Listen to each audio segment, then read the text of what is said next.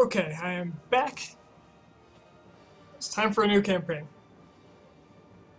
And can you guess what I'll be playing as? That's right. I'm gonna go with Mongolia. I am just too interested in the campaign. So, let's do Iron Man, Mongolia. Jump right in. I'll probably die.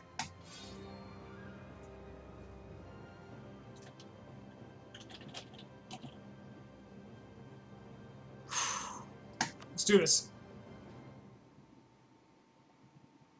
Oh, I gotta change the title of the stream. You like that, Gurgle?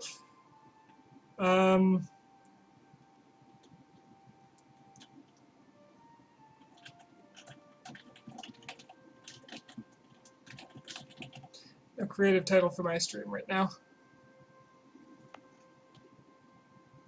So, Mongolia has a lot of trouble. I've actually tried this in outside of Iron Man mode in the middle of the day when I had some free time, experimenting with a few things. So initially, what I really wanted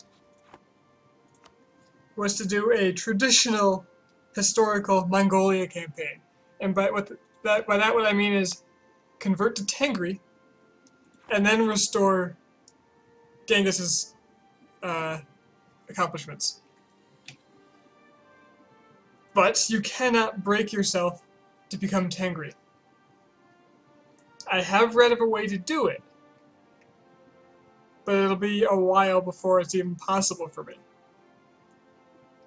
Well, there's two ways to do it. I could become an OPM and then bankrupt myself.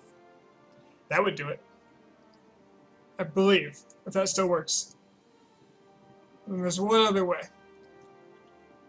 But it's very dependent on what other nations do while I'm ramping up to be able to do that. So it probably won't happen. As far as religion goes, mine is terrible. I'm Vajrayana. Now granted, Vajrayana, which gives you morale of armies plus 10 and tolerance of heretics plus 1. Morale of armies is very good. Other...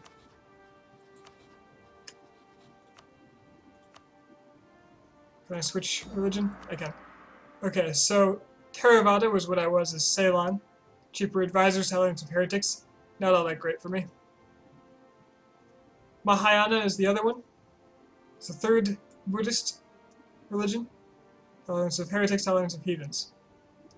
So really I'm the best one for conquest with the 10% morale bonus. But if I'm conquesting anything, I'm going to end up with the minus 10 discipline. Permanently.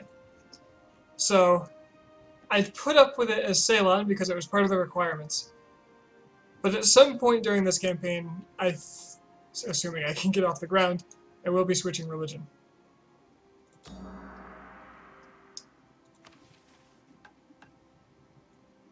I am a subject nation and a duchy rank, horde, under Oirat, who is Tengri. So Buryatia would actually be a very fun nation to play, just because they are Tengri. National Unrest minus 2 and Regiment Cost minus 10, both of those are really good. I really like how Tengri looks. I have no idea what their flavor events are like, though. Should be interesting, at least.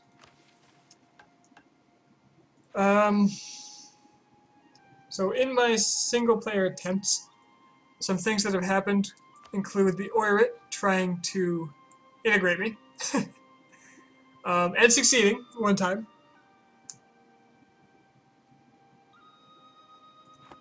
If you try to break free, it costs 3 stability, and I'm not sure how to avoid that.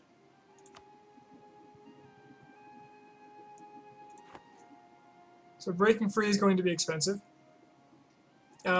Ming never seems to want to help whatsoever. Uzbek seems to be a fairly reliable ally. Assuming they're available. So there's some luck required there. So I'm going to improve relations with them. Oirat likes to ally one of the Manchu tribes, often Janzhou and Yaren, I believe, and Buryatia, because of the same religion. So they seem to be usually inseparable.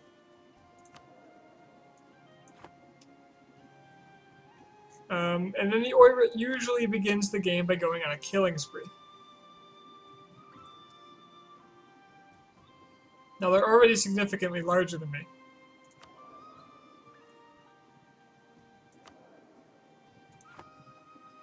So the question is, how do I break free and take control of my own fate?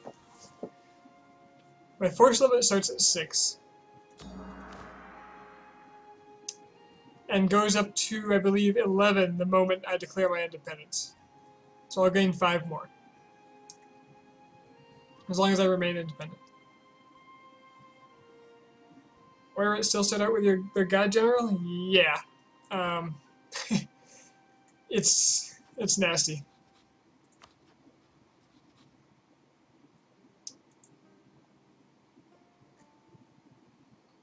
So the question is, how do I progress? I do make a good bit of income. For some reason, I have a lot of trade.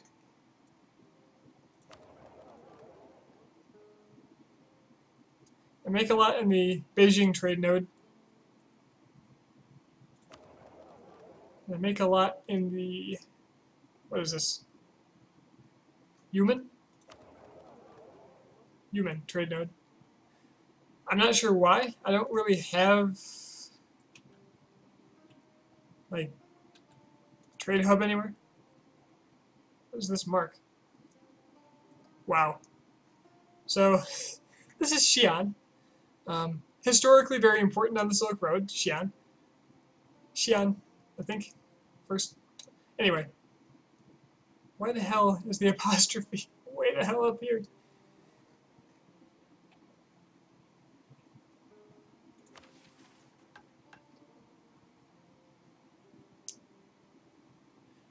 Let's see, a conversion would be not bad, because the Tangri land is just going to hold me back at the moment. Even if I did want to convert, it's making it hard to do things like boost stability.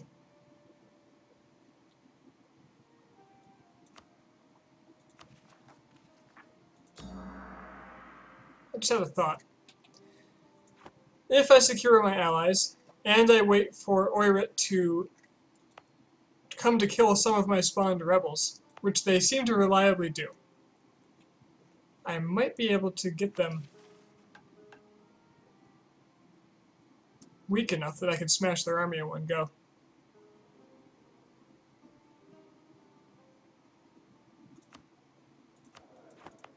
So I'll start converting my capital, which is going to incite rebels. But after it's done, I'll be able to convert faster.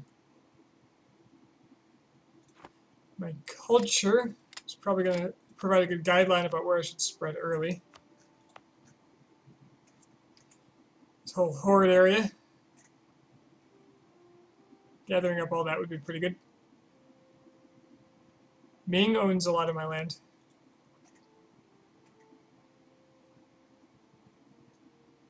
Or some. 2 provinces. Which I certainly want back. But Ming is going to be probably the most powerful nation in the game for a long time, until either they destabilize by luck. They don't seem to like to in this version 1.13, or until I simply become strong enough that I can take land from them, and probably result in them destabilizing from that. So for now, I'm going to need allies that have a border with Oirat. And I need that border because, for example, Yarkand cannot reach Oirat, minus 1,000. So they won't help me. Chagatai and Karadel usually get stomped pretty early. Oh yeah, I'm a horde. I've never played as a horde before. So as a steppe nomad, I get 25% more manpower, 25% more force limit, and 50% more looting speed. And I believe I get something as far as horses go.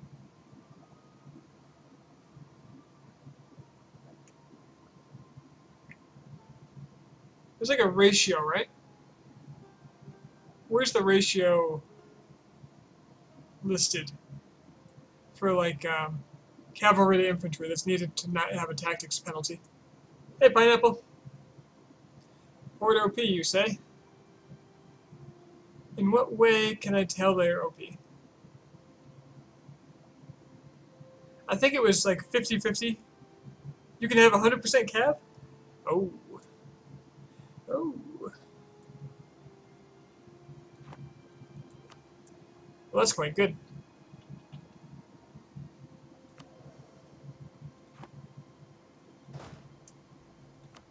So for the moment, I'm just gonna...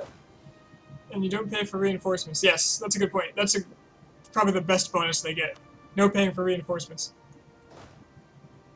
Not just for cavalry, for everything.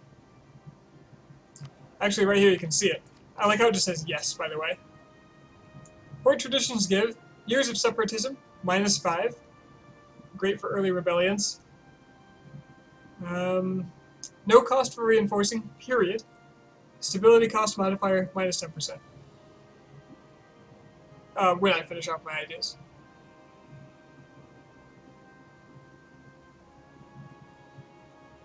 But ideas are probably going to be a long way off. So I am a nomad. Unlike the... Oh, the Golden Horde's in the same boat, aren't they? So I guess the start would be similar, except for Golden Horde is considerably stronger. Golden Horde is the other option for this achievement. What sucks is that by like 1525 your units suck and you can't upgrade. Yeah, that's the huge downside. So reforming the government is going to become important. You need 200 admin. You need a legitimacy of at least 60, which can be tricky as a horde if you have bad luck with heirs. Stability at least 3, which again is expensive, so you need a lot of admin for this. And you have to have completed economic, innovative, or administrative ideas. And can't be in a tribal succession crisis. Then you become a despotic monarchy, and in my case, I'll become Chinese tech group, which is a very, very slight improvement, 15%.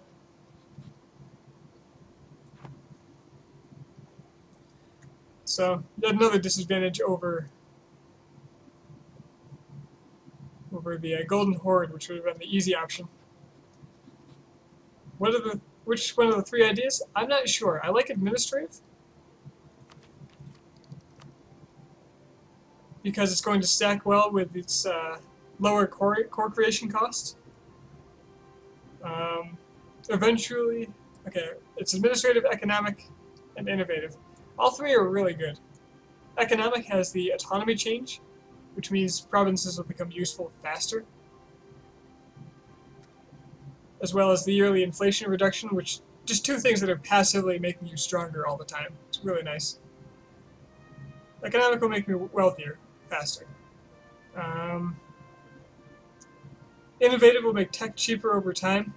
Just that 5% gotten early in the game is very strong.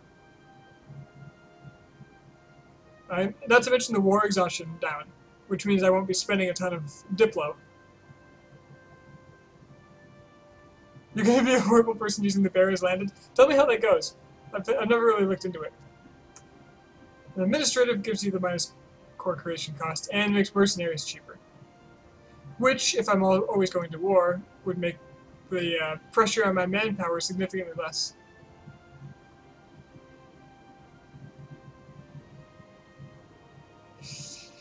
So I don't know, they're all really good ideas.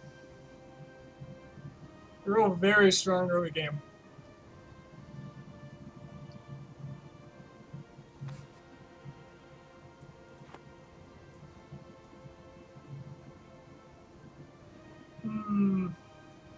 But for now, for the moment, I need to pick a second person to buddy up with.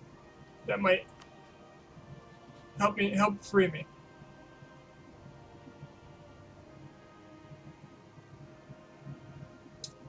Oh yeah, I'm familiar with what a bear has landed. Bear has landed does. I looked it up because people kept posting pictures on Reddit. of their Bear Has Landed campaign. So, like Uzbek is the obvious choice for first person to buddy up with. And I suppose I'll wait a moment and see what Oirat does. They have a core on Chagatai, which I actually didn't notice before.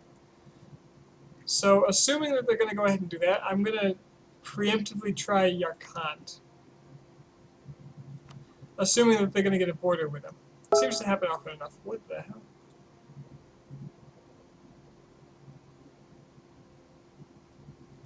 Someone's sending me pictures.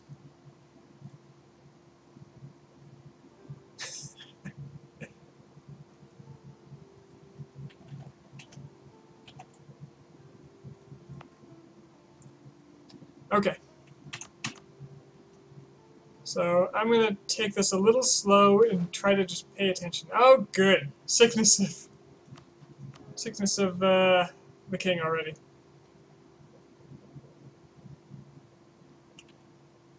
Well, I seem to make a lot in trade, so trade efficiency up sounds pretty good.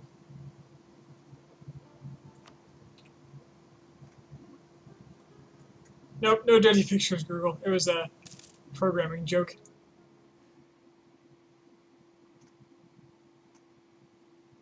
Day one, my con dies. Yeah, that would be... I mean, at that point, I could just restart if I really didn't like it. But I don't care all that much. My, sadly, my heir is not a child.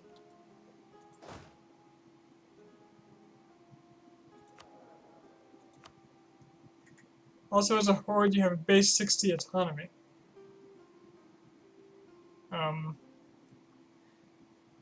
25. I didn't notice that before. I'm glad you're pointing that out. I had no idea.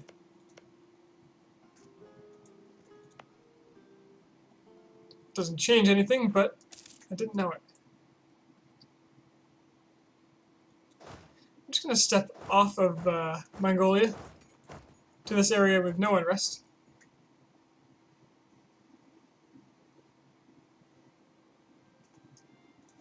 I wonder if I could get a dip rep guy. That might actually be worth it. Damn.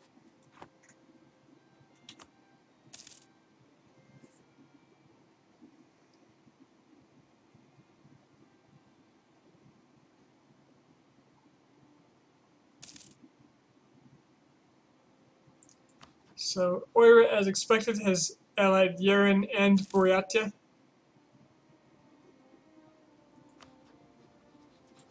Ah, I see why. Yeren's shamanist. That's why it's more likely than these other ones.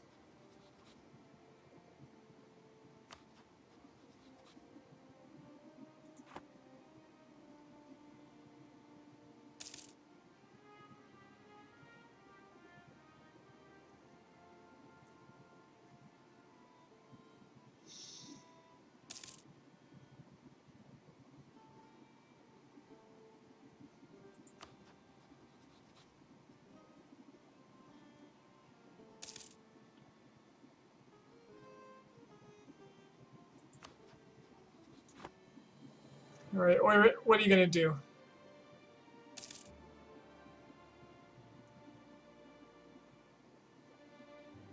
One tag world conquest by 1700.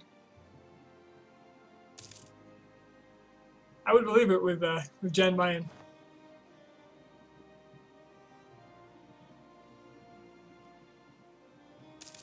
It's supposed to be a Scandinavian, named after a Scandinavian province in the EU3, right? So is it Jan Mayen? Ah, Zhengzhou conquest of Yeren.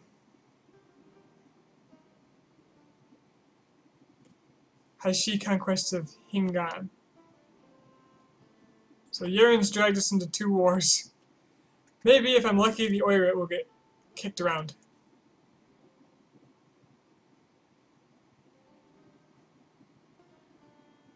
Let's start with imperialism, too.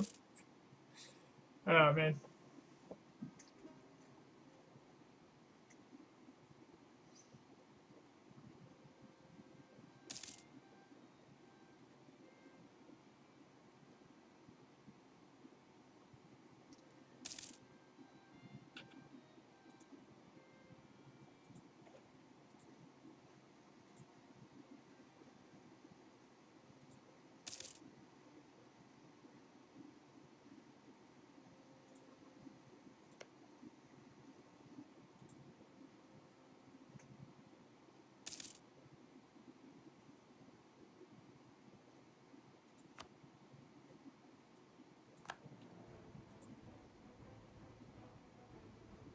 This is probably the most even starting war I've seen out of this setup.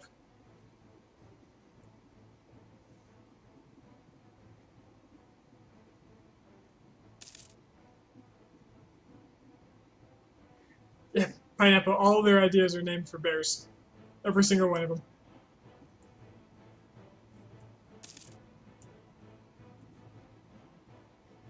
I think including a right to bear arms joke.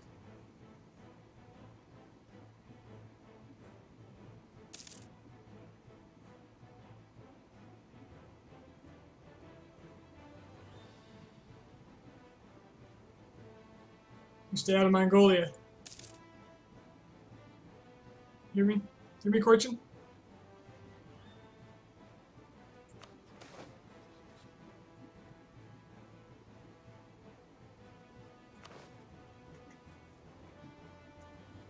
The right to arm bears.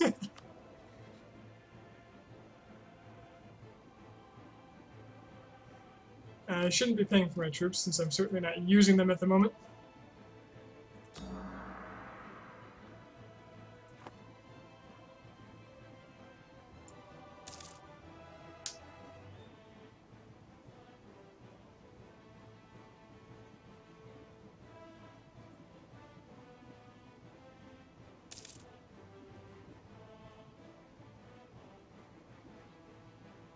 I'm liking this whole not winning these wars thing. It's going to be really nice for... Oh, shoot. Stay away from me.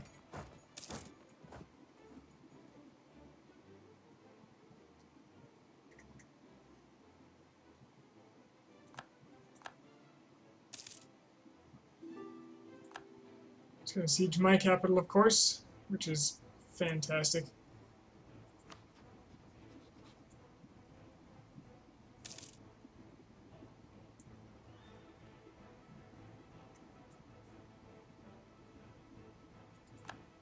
But that's about how the beginning of this campaign seems to go. The Oirat General die. I think he might have.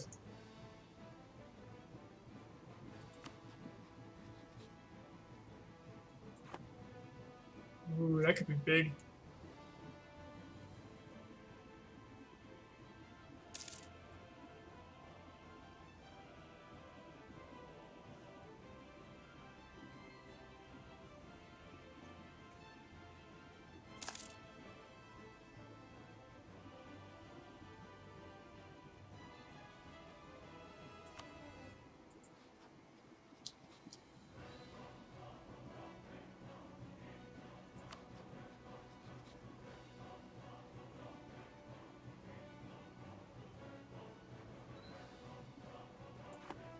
Yeah, that will be good news.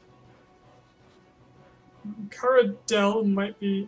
Ooh, they might be very inclined to help me.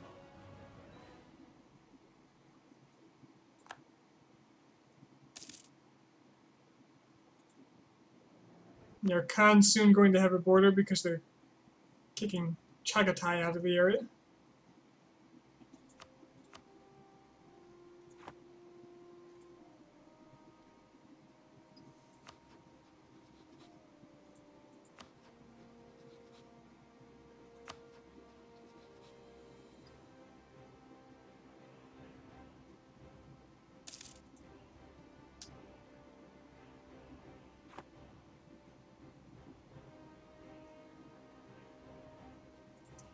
If I can secure my independence in this session, I will definitely be continuing this save.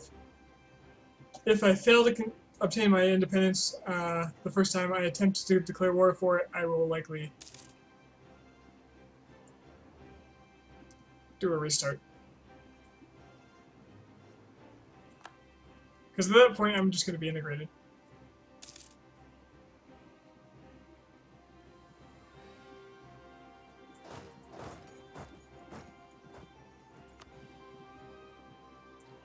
I do, however, really want my capital back.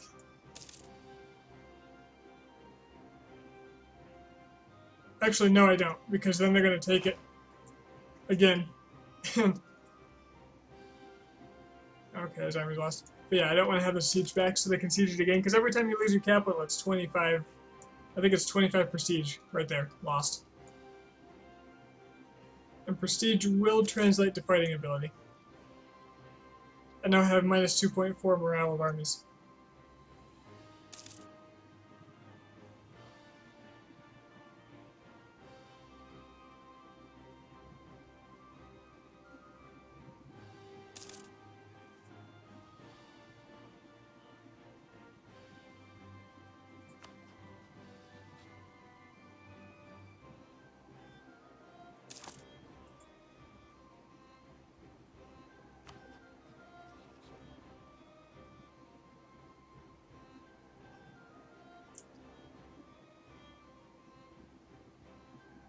Why are these guys so against this?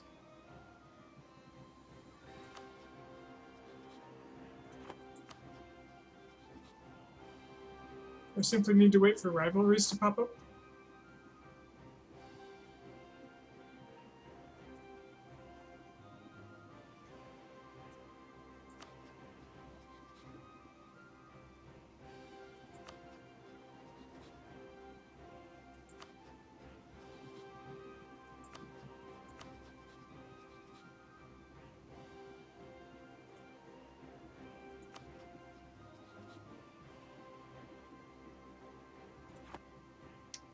Who else can I get?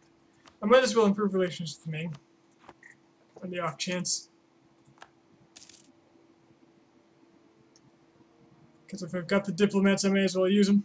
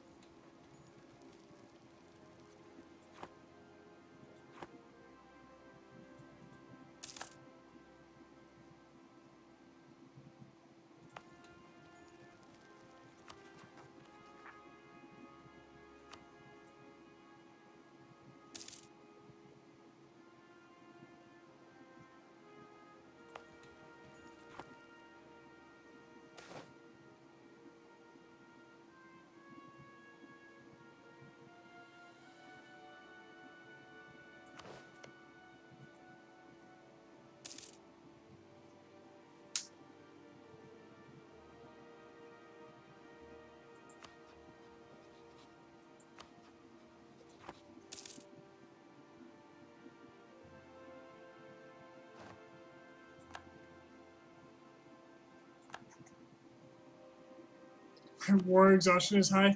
Because their war got my capital taken. Fantastic.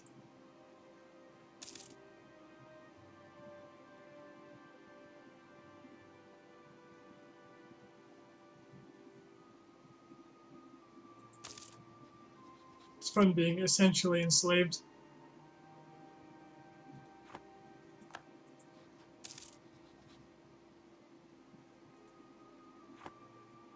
We'll see though.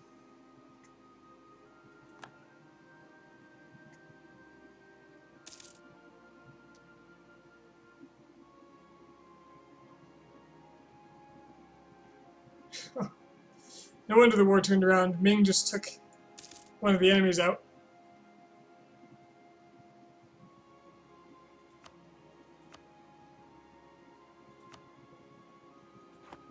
Oh no, they weren't part of it. It was Korchin and Hashi. No, it was Jinzhou. And they're still in the war.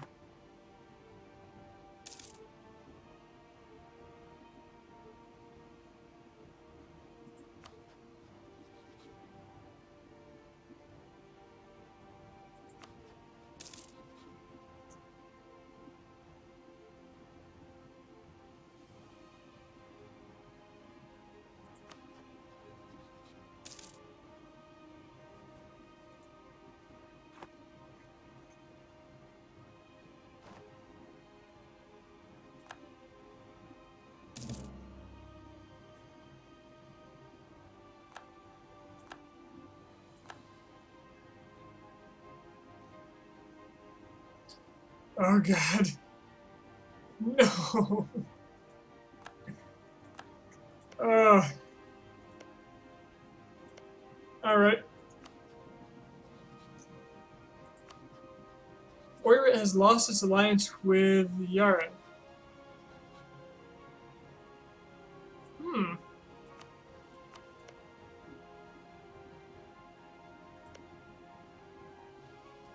But they do love each other.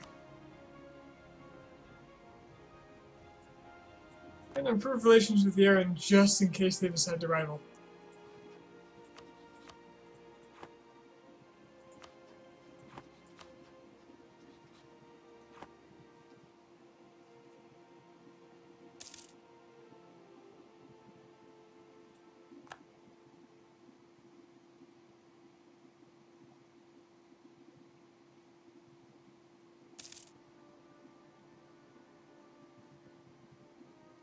I am utterly surrounded by dominant powers.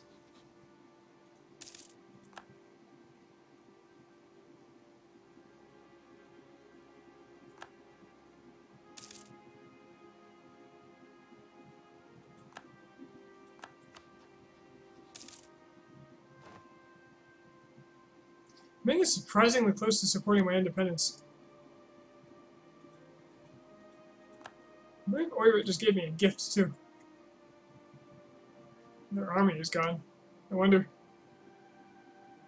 They did just give me a gift, right? Yeah, they're trying to integrate me.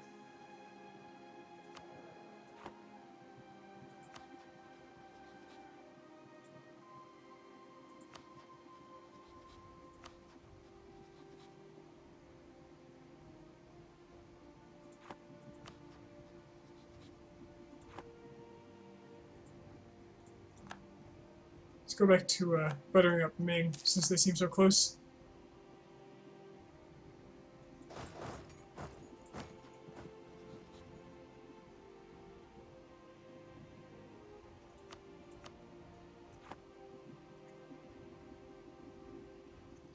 Oh, they didn't lose their army.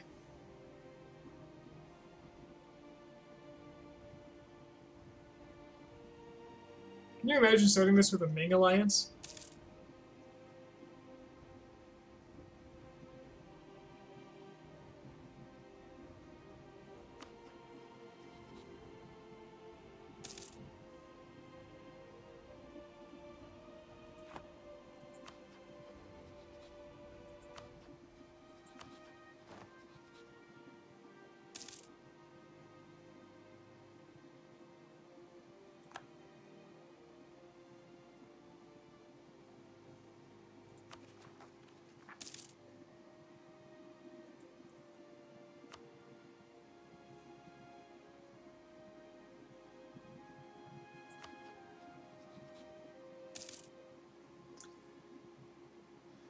Not looking too great. Nobody wants to help me.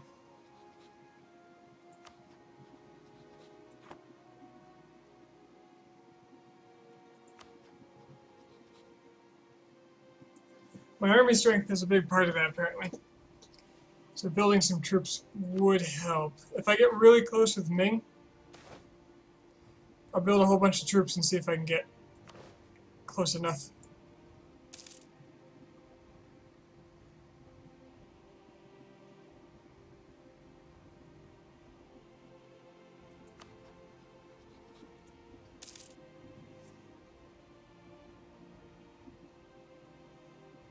I like how I'm allowed to know everything about India and the Middle East, but not Siam.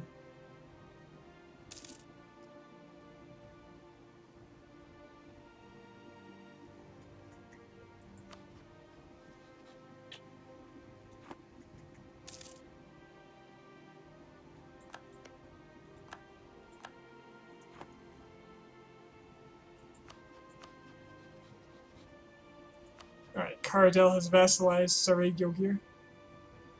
Which means they're fairly strong.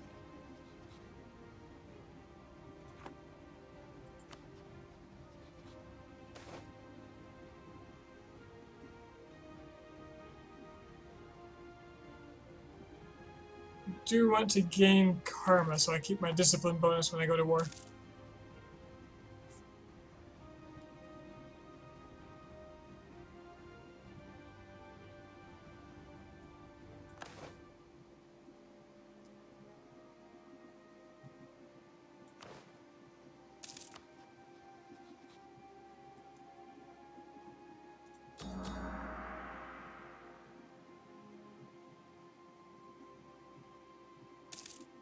Jeez, I gained too much karma.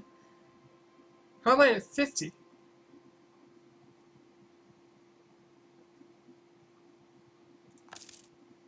That's actually going to make it really hard to get back up now. Wow. That was,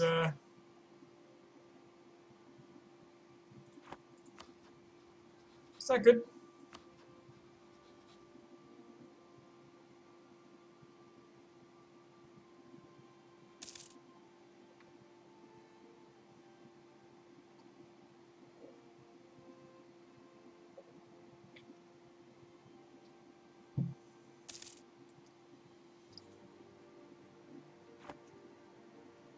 Are we at war with Yarn? We are. Hmm.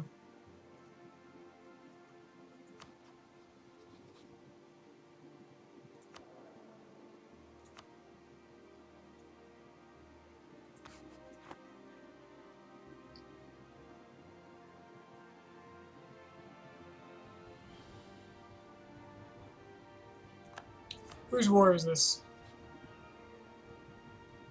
Boreat.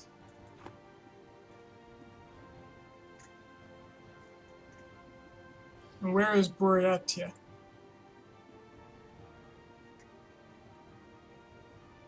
They're over there.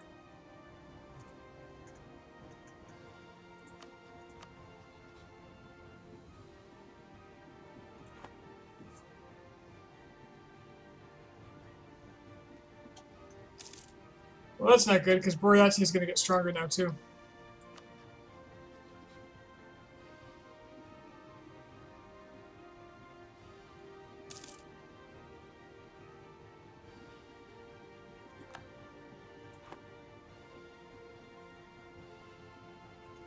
So I have a conundrum.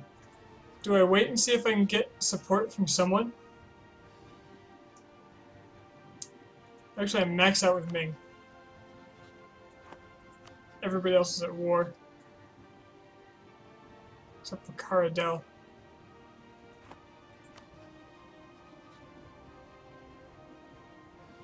And for some reason, Yarkand is just totally against me.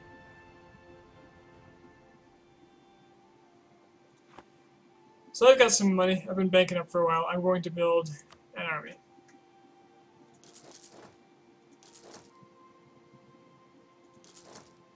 I'll do 4 cavalry.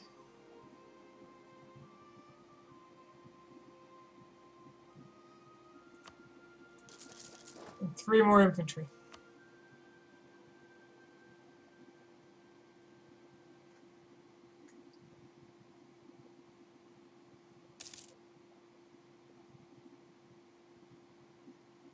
I'll gather them all together.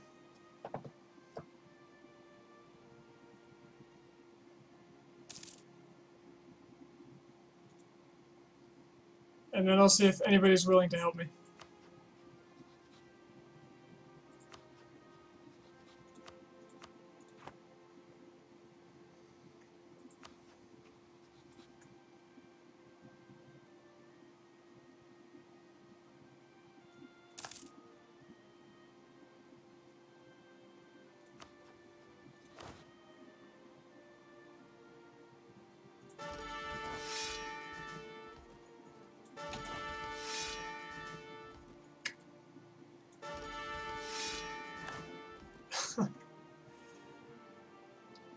Well, that's what I got to work with.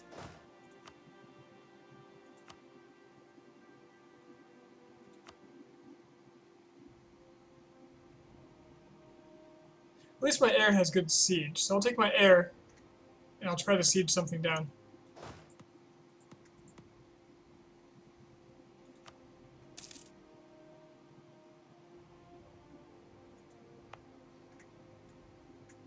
Just before the cavalry finish, I'll start paying my troops.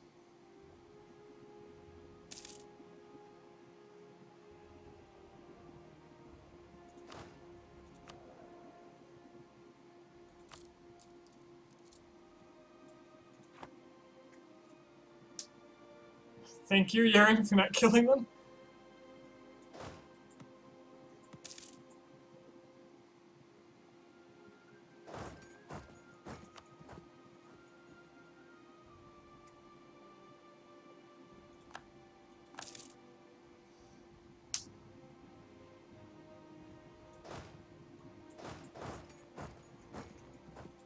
Let's look at where the enemies are while I have a moment. They're all over in the Far East, Yaren. So I think I want to go north and knock Buryatia out of the war as fast as possible.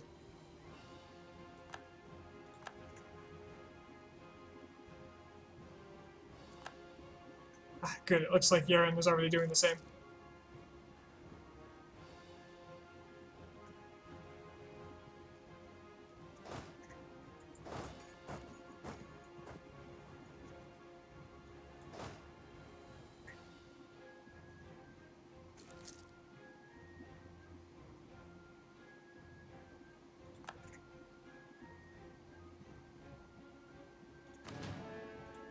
So what do we have in the way of forts?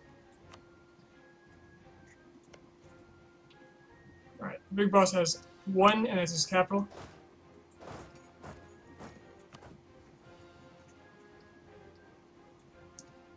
And he is very distracted.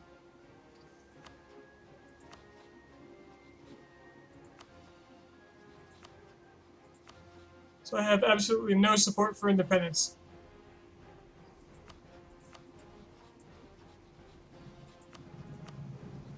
But I need it. So let's give this a try. Yeah, that should have brought my karma down, but not as much as I was hoping. At least I lost the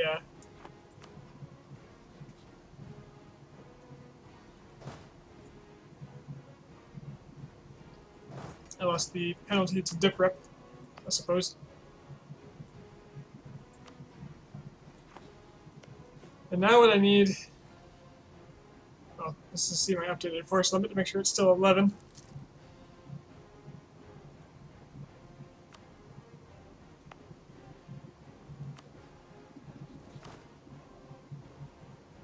Yep. And we'll go up to force limit.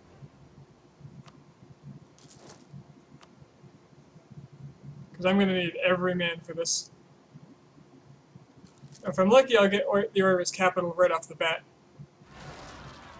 Oh, no! No, no, no, no, no. Have to be kidding me.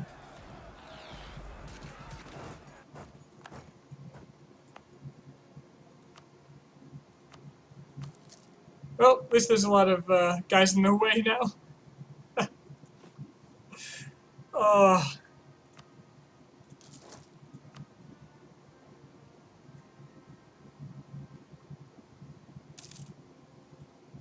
Now watch the rebels break me. At least I'm at war, so they can't.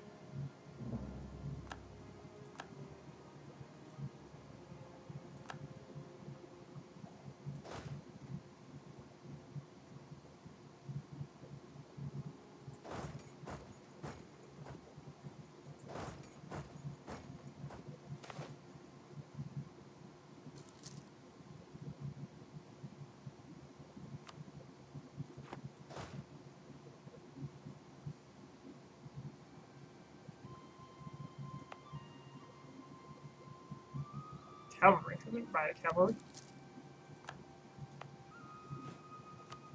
I didn't mean to.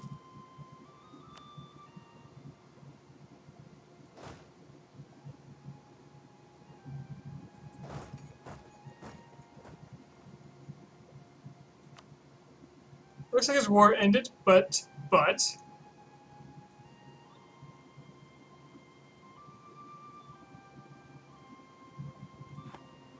At the same time, His ally didn't come in. I actually broke his alliance with that. So I'm going to want to dump my war exhaustion down.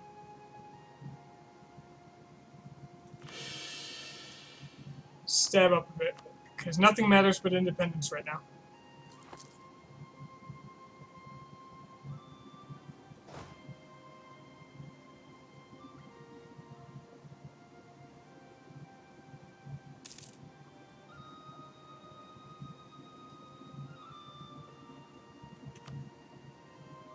He's going to walk into that army. I'm going to encourage him to do so by pretending I'm going to go on him. Until he locks.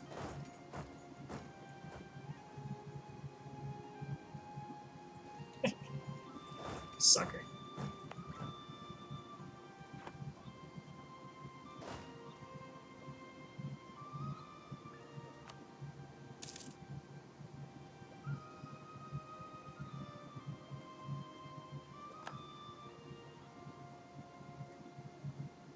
Oh, God, they're Oirat separatists. They're on his side.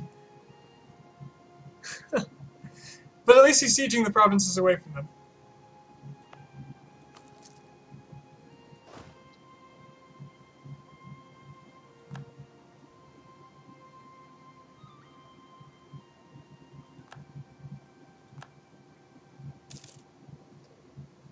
Yeah, this is probably going to be a failure. I think I can predict that already.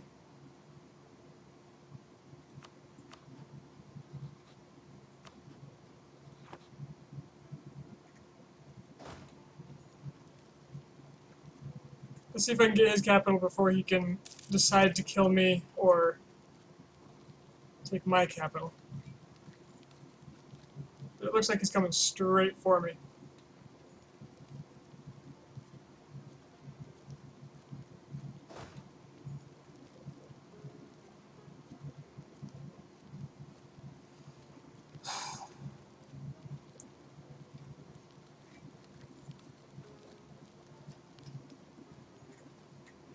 I can't win without more men.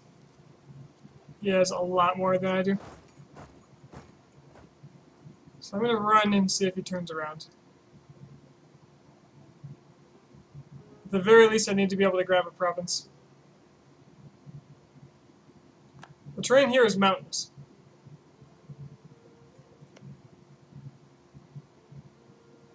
This is all mountains. But my men are severely depleted. He's got a heavy numerical advantage.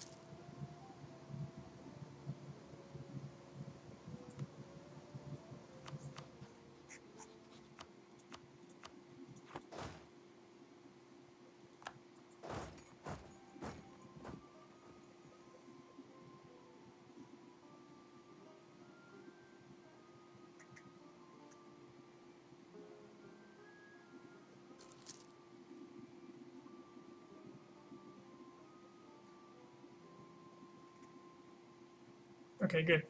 So he's walking that away now. If he comes in, I'll leave. But if I'm here, I can hire mercenaries by capturing this province.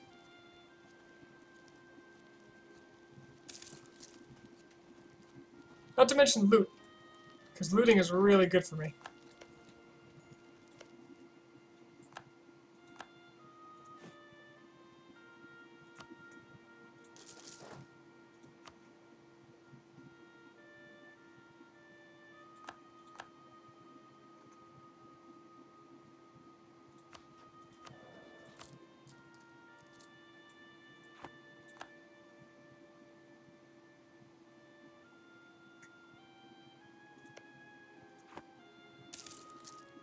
And since I own the province, well, since I control the province, I restore my men a lot faster too.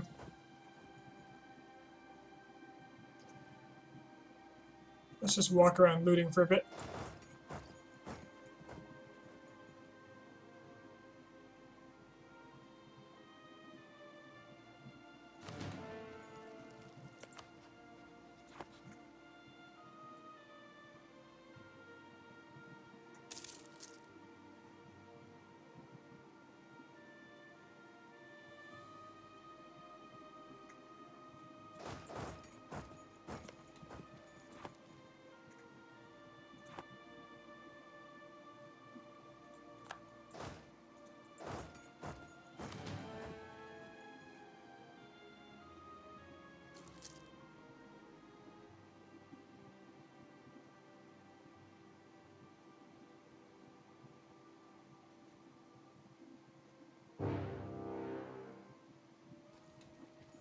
Okay, Boreas has decided that I am a target for war then.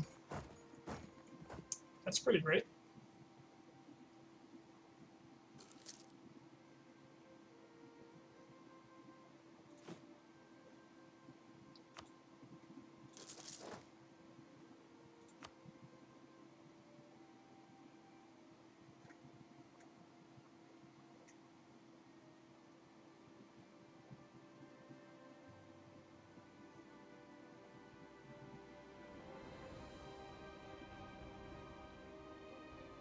Not much I can do about that for the moment.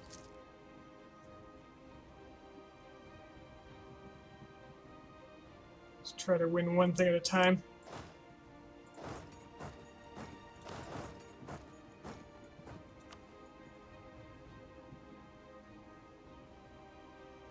So they don't have my capital, which means that my war score... Well, I don't have my capital either. But once I have theirs, my war score should be pretty good because it's their only fort.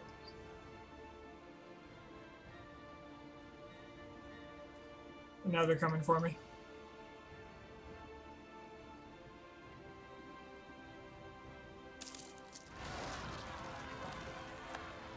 Yeah, eat rebels. My greatest strength.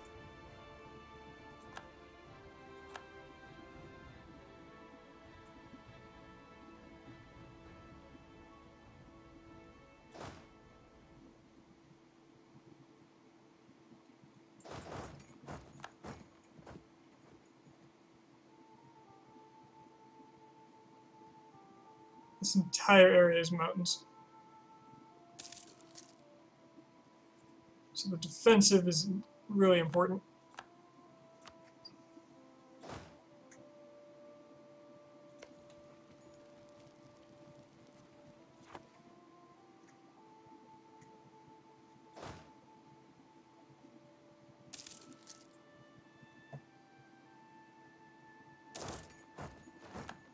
Here come the loan trains.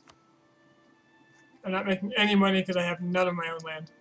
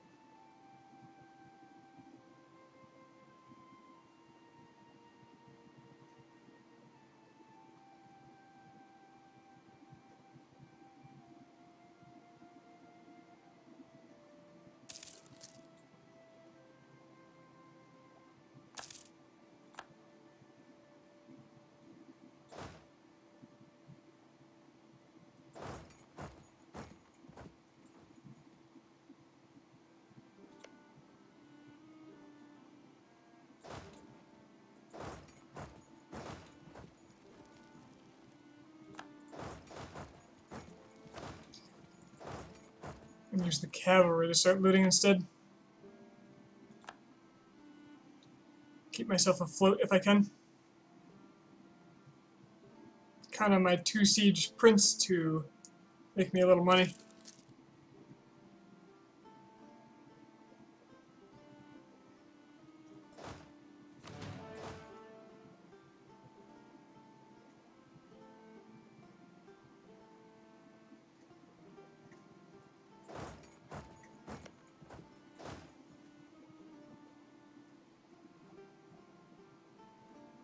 Gotta be careful not to go too far, because if he turns on to go take his capital back, I've got to get these guys right to it.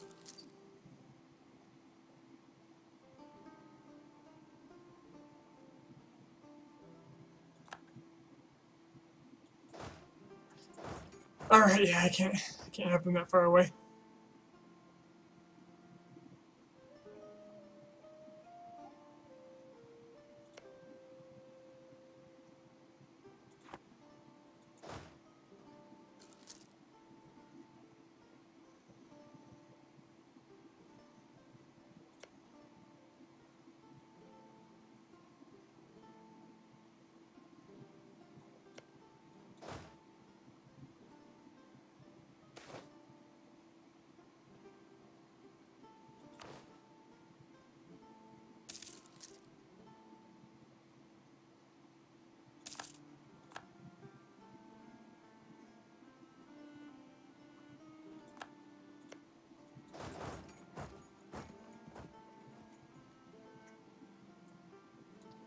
I get his capital, I might be able to just take a whole bunch of his land and then go.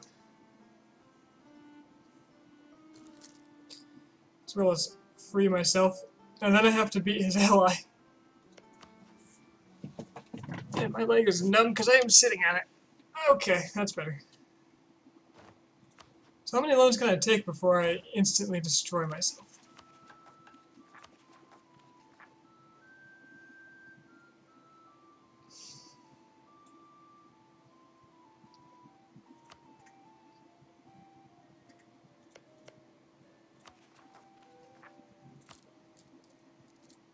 Up to 32, so I have a ways to go.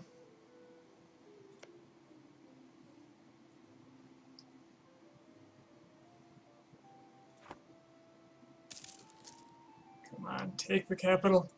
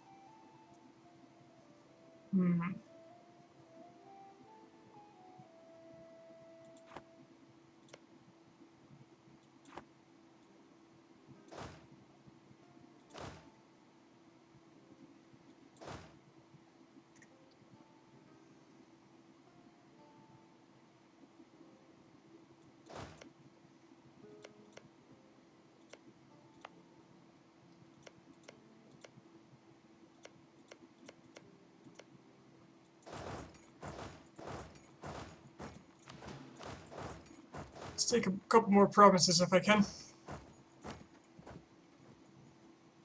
I don't see him sieging this back instantly. And if he comes for me, I can always peace out.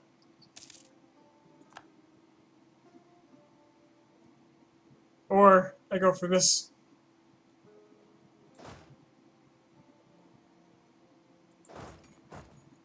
Yeah, he's fighting my rebels. I might as well attack him while he is weak.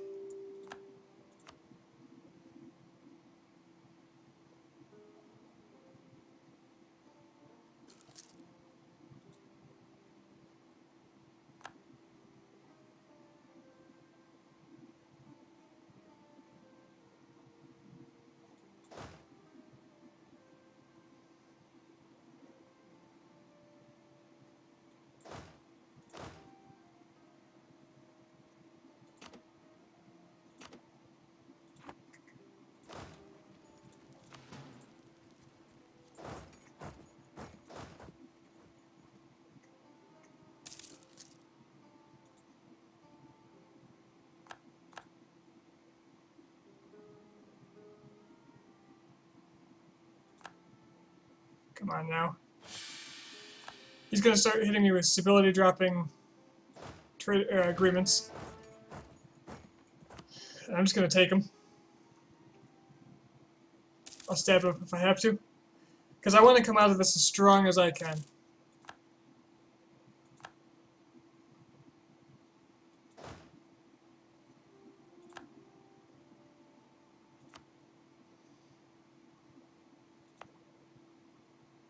So I think a horde, if I remember right, on their own steppe or flatlands, or whatever kind of flatland, they get a bonus. Not sure what causes the bonus, but I'm aware it exists. So right before I attack, I want to lower my karma by taking land.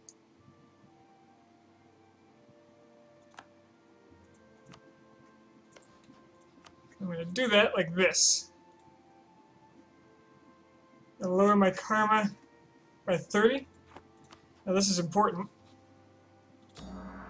I want my karma to be between negative 25 and 25. So 30 would be pretty acceptable.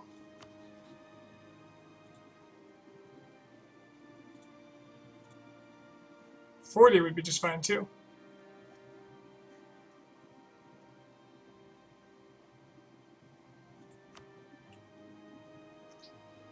I do really want money right now. Much more important.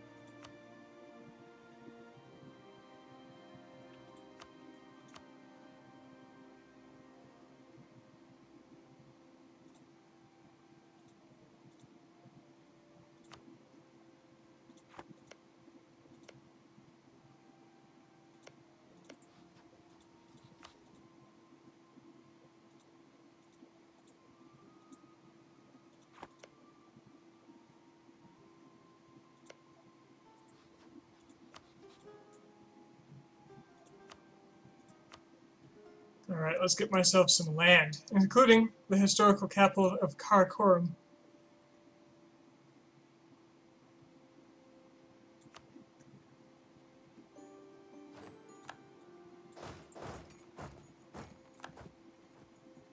Yes!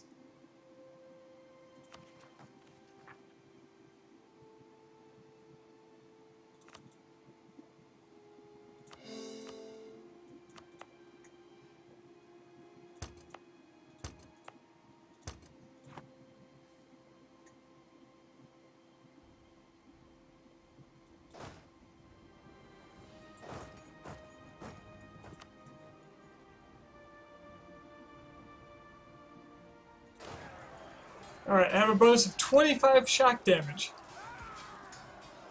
On top of my karma bonus of 5% discipline.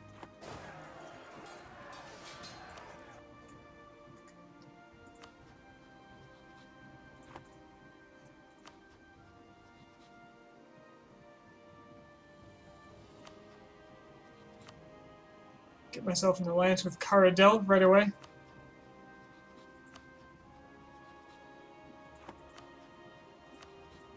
I'll improve relations with Uzbek so I can try to get them as well.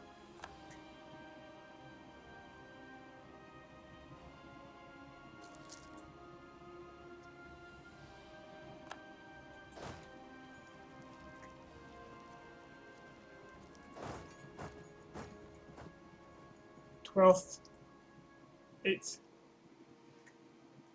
Okay, so I can kill him like this.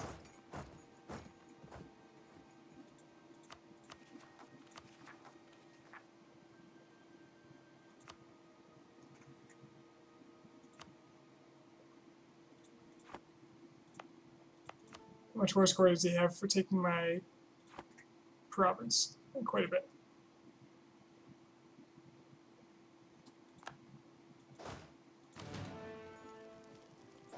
So I'll have to retake it.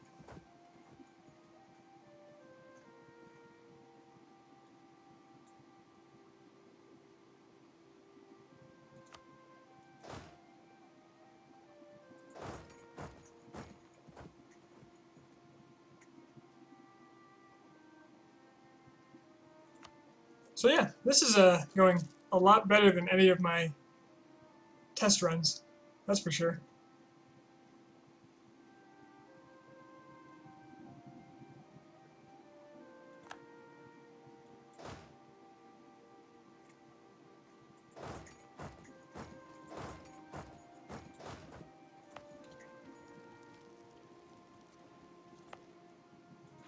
That's for damn sure.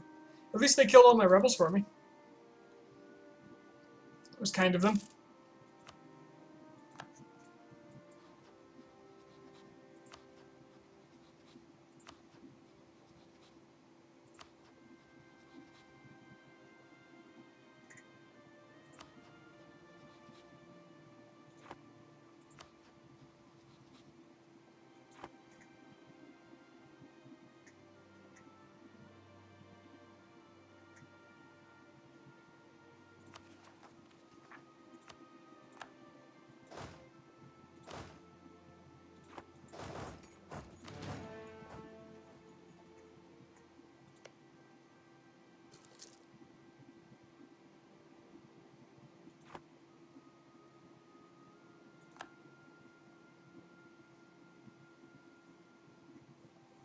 Yep, I got those achievements. I got 6 achievements during the Poland campaign. I'm very pleased with how it went. Managed to get 1 king to rule Poland cannon into space, winged hussars, a protected market, a fine goose step, and city of cities.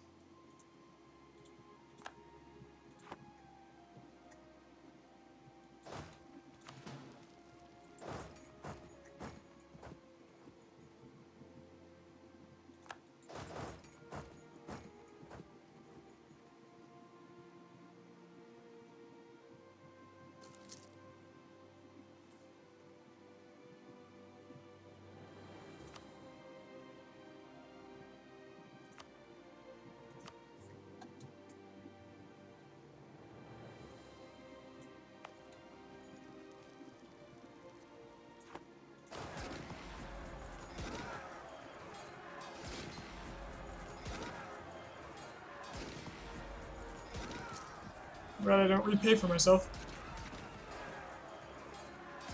My troops.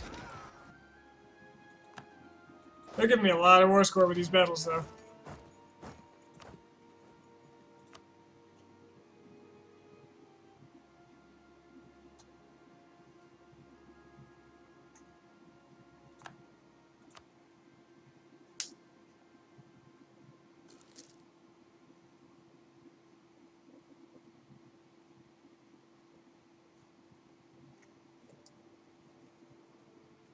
Talking to me, Tomato? About Mountain Blade? If so, the answer is no.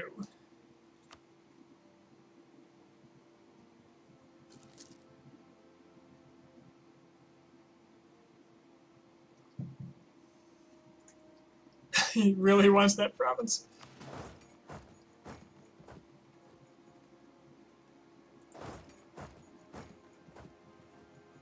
Really wants to give me war scores, more like it.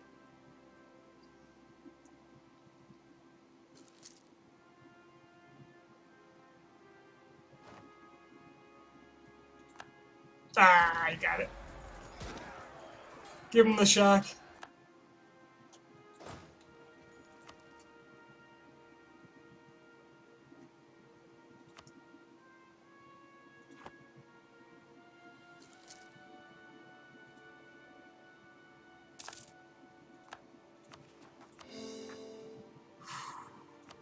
It's getting expensive here. And I am out of manpower.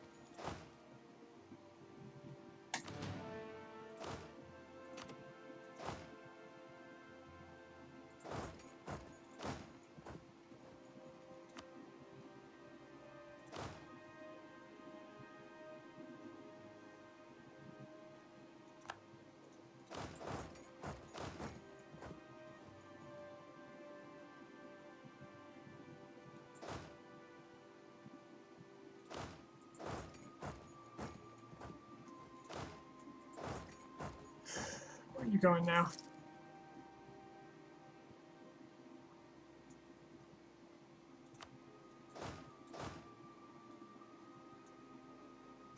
Can't disband it.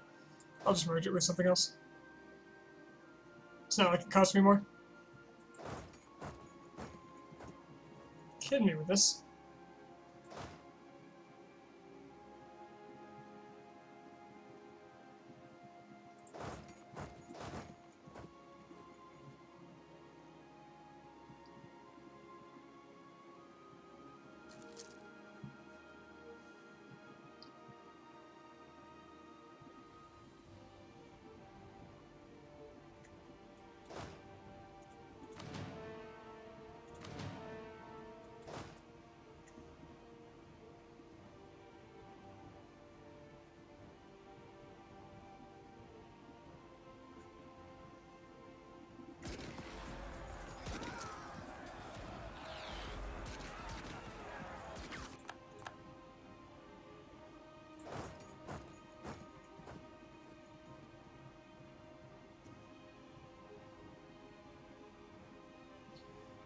At least he's kindly sacrificing all his troops to me.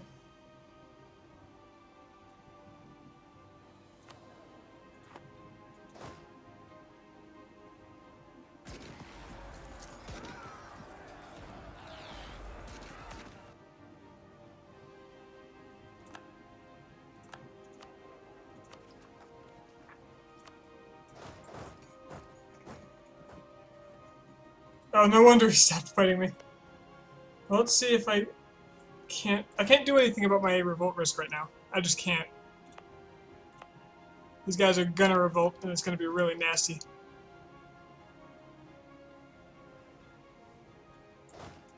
What I can do is try to siege up some of his land and take, for example, this fort.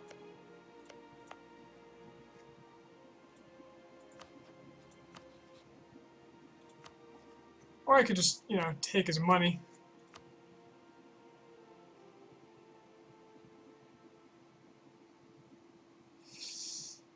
I kind of think this would be an okay deal right now. It gets me out of the war, stabilizes me a bit, and I can spend time getting ready for the inevitable. The inevitable hell of rebellion. But then again, I'm really greedy.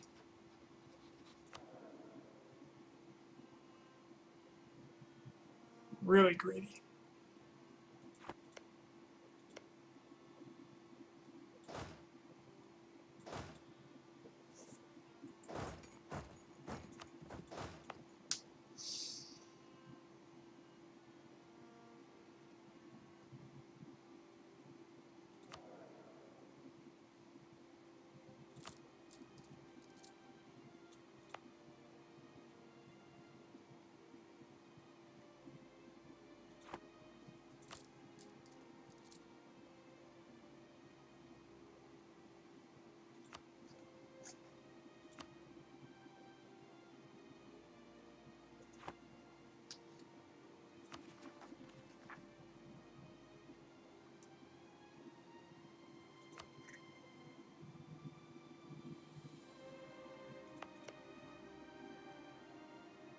$10 ducats worth of loot.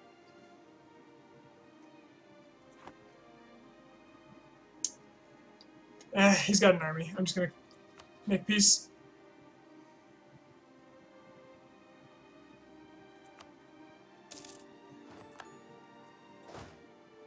Okay, so I am free. I am Mongolia, and I am a horde.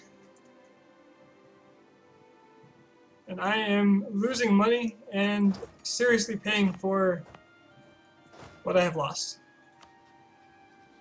So how do I fix this? How do I stabilize my country? And then reach for my destiny.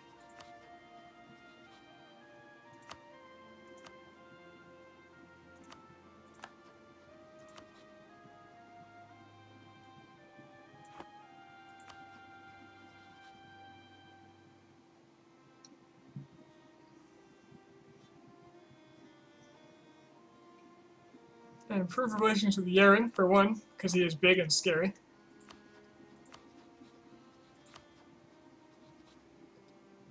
I can help with that by rivaling Buryatia.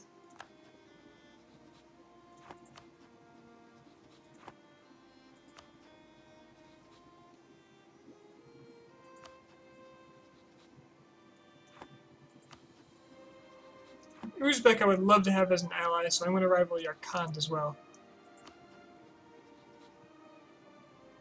Especially since Oyer already hates them. I cannot. Only Yaren and Korchin. Korchin sounds good. Despite the fact that they're allied with Karadel.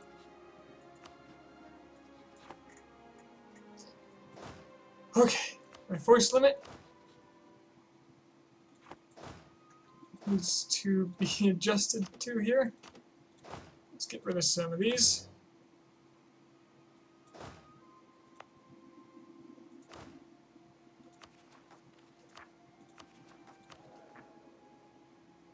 For the moment, let's pay a little less for my troops.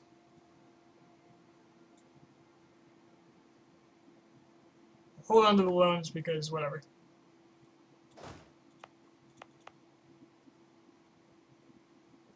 And now I need to start working down that war exhaustion.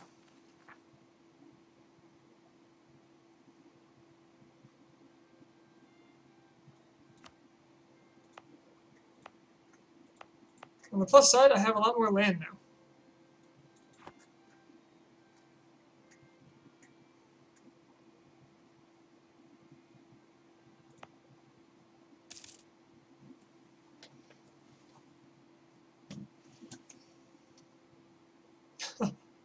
The unrest is pushing through my recent uprising bonus.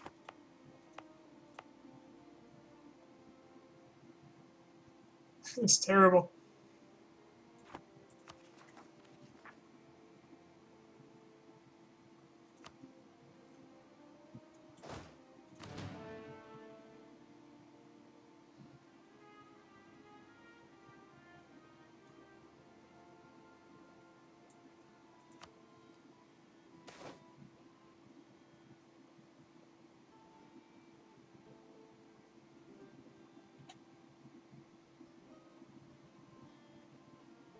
I'm not making as much out of trade anymore, and I'm not sure why, but I'm going to take the straight ducats this time.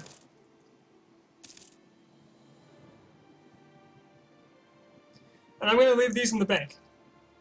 And the reason is I have a feeling I'm going to have to buy a whole bunch of units to put down revolts.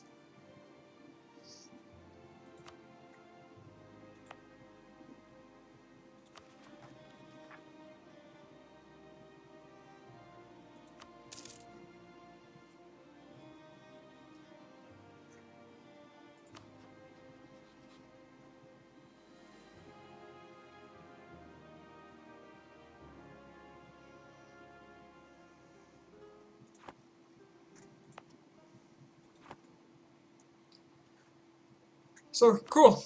I am a free nation. Now what?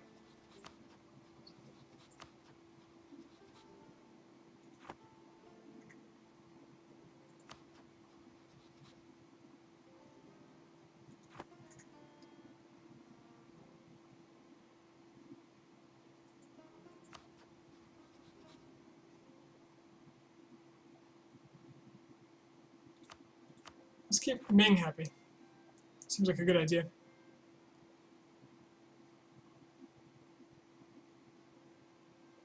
Okay, I'm making a lot more money now. War reparations. I'm being paid quite a sum by Buryatia. I have a feeling that'll fluctuate month to month depending on what they loot.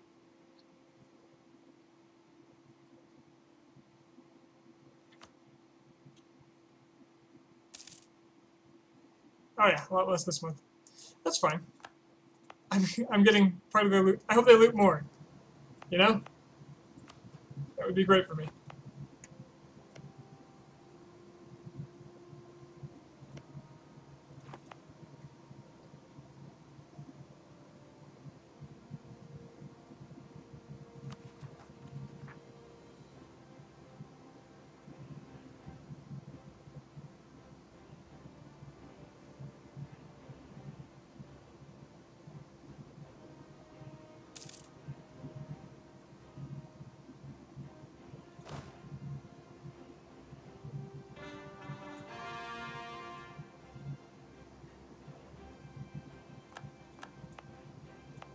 Yeah, excellent. Got my cores.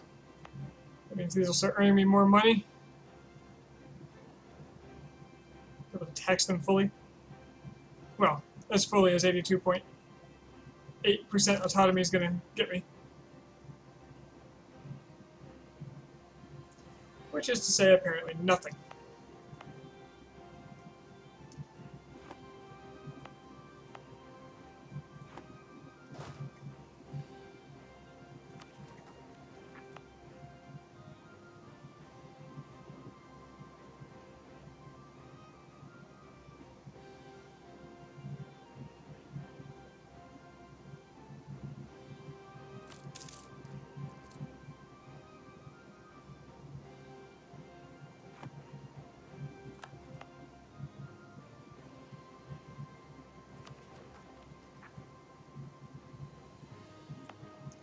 Mongol peasants are pretty bad too, and the provinces that haven't rebelled, all due to war exhaustion.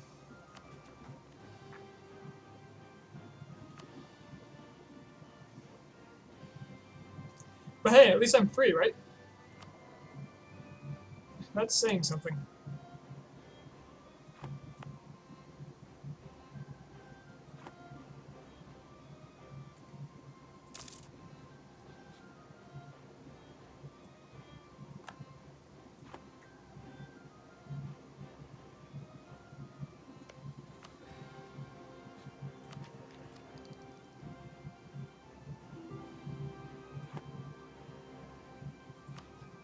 Caradel wants a marriage.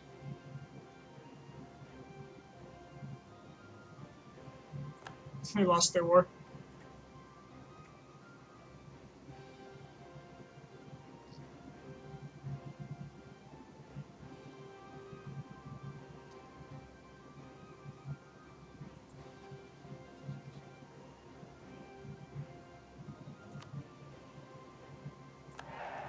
Well, it doesn't hurt my legitimacy, so I see no problem with that.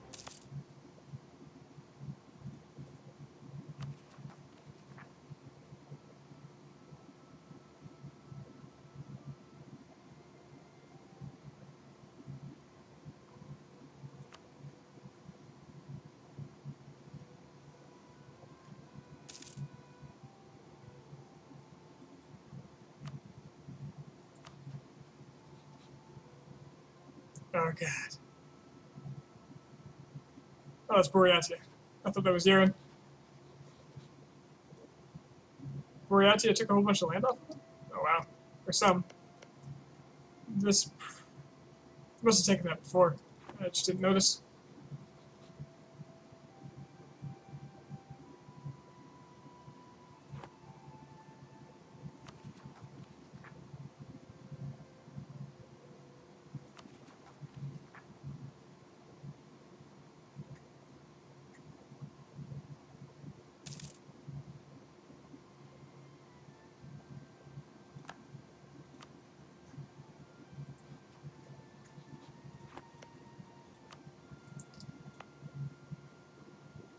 I have a core over here. This would be a nice province to take. They're allied with Caradel, though.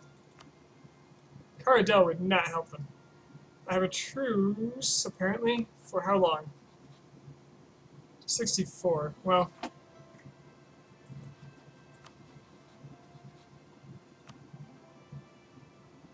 I rivaled them. Damn. I can't guarantee unguaranteed.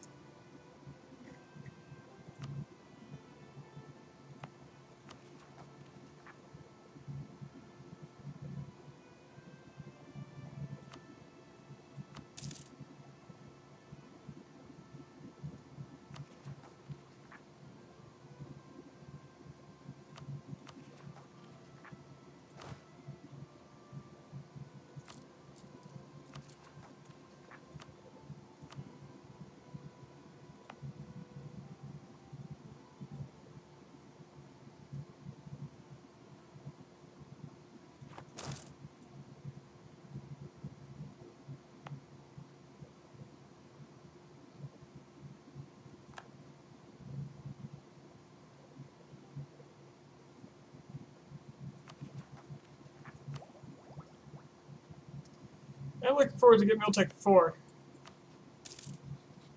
It'll give me a tactics bonus, and if I immediately go to war with someone that I want to take out, I'll actually have an enormous advantage if they don't have it. Boreatia, of course, has it. Oirat doesn't yet.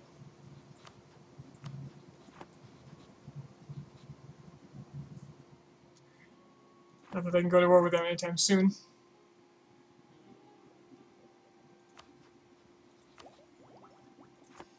But I gotta get big, and I gotta do it soon. Else I'm gonna get gobbled up by someone.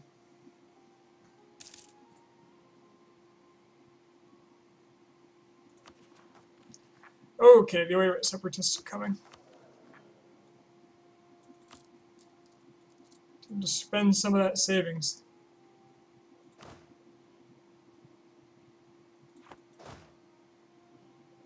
We'll see how big they are. If they're too big, I'll buy a bunch of mercs. Because this is all mountains, which means no bonuses for me.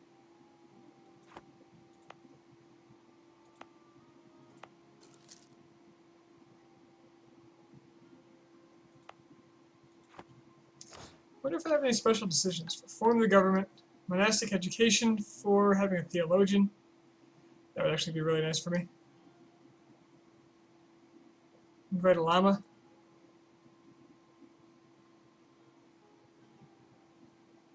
Enforce our heritage. Neighboring country not an Eastern religion group. What, like Oirat?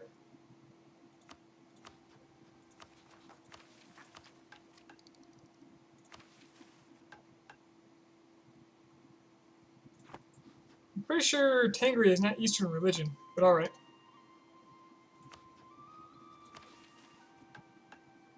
Oh, this already counts. I just need stability 1.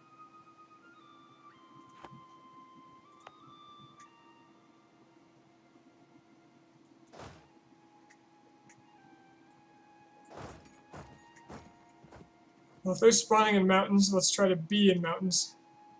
Actually, wait, I don't want to walk into it by mistake if they spawn right now. Alright.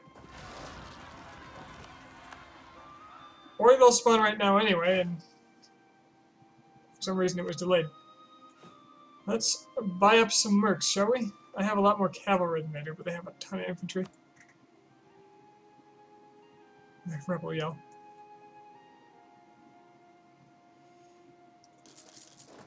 I don't want to mess around. Just get 4 more infantry.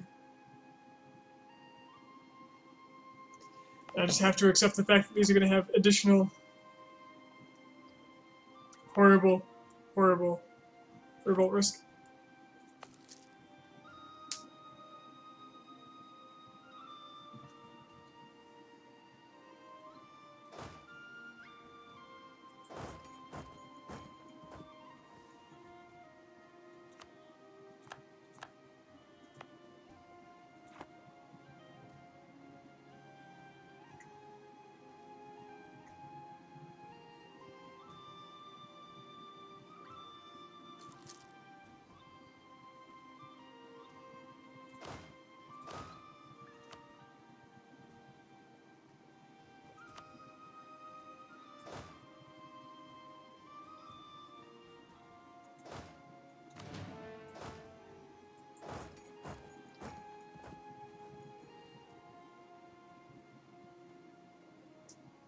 Kind of want to go ahead and do this before they move.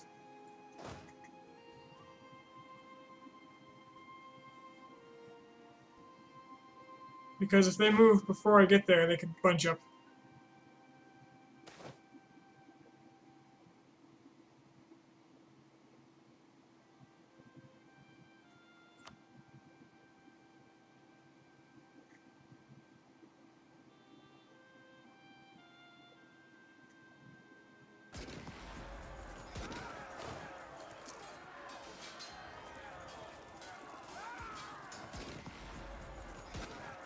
Oh, God.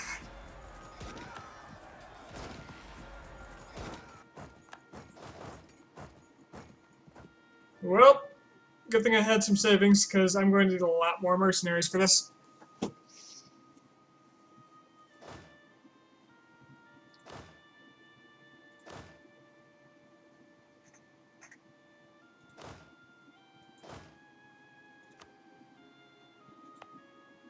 Okay, luckily there is an orbit province here that is desert and not mountains, so I have to wait for them there, essentially.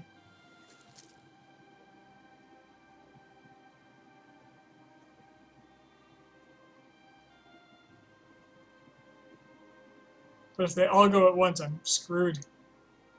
Oh, no. I could let them come here, take this province, and then retake one of the mountain provinces. Let them come to me. Of course, I really need them to split at the moment.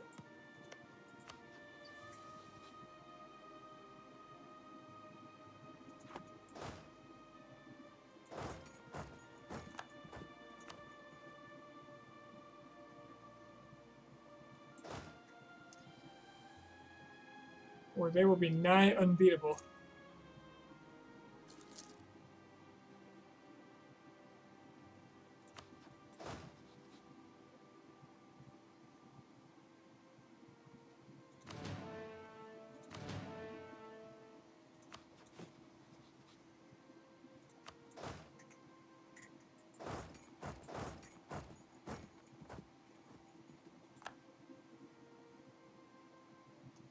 Okay, in the desert I think I get my bonuses. So when he arrives and I arrive, I should be able to beat him here.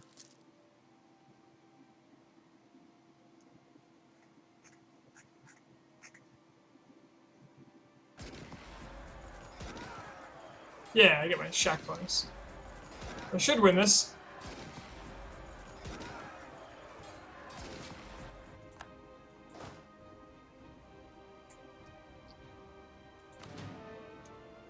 So what do I have left? 9?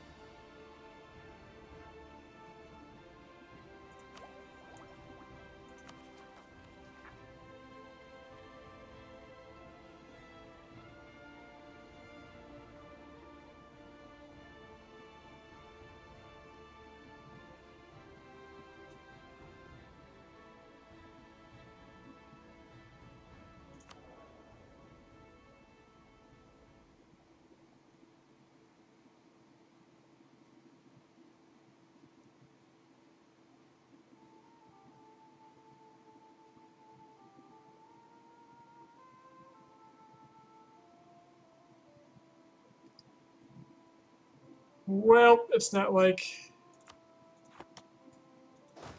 I'm feeling very legitimate already.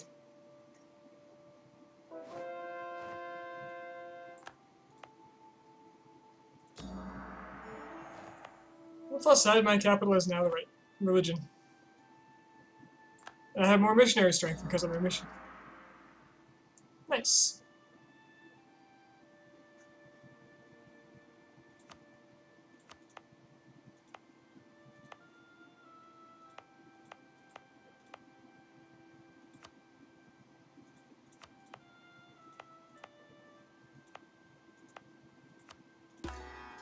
Let's convert another one.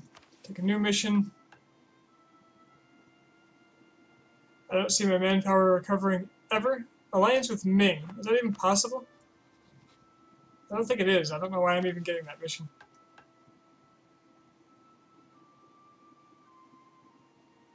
Save Mongol people in Alxa. Oh. That's a mission I can get behind.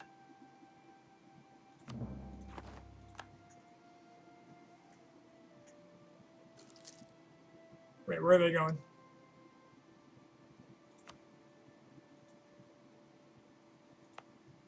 Oh, that's an Oirat Horde Core 2.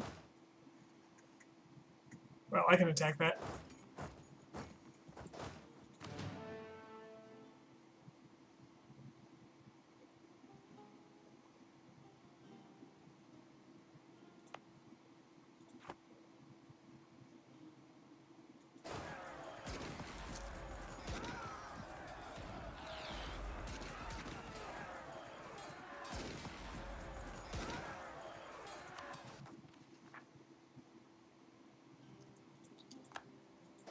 Okay.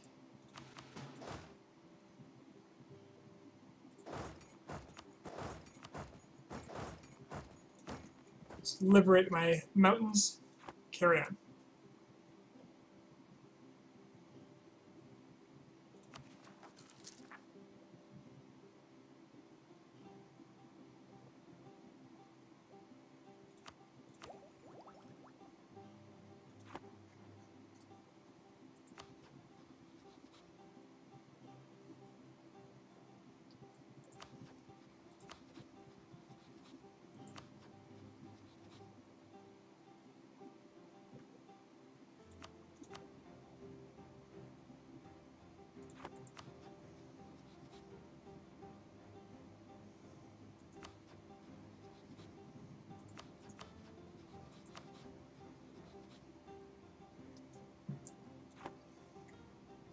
Absolutely nobody loves the Mongol Horde.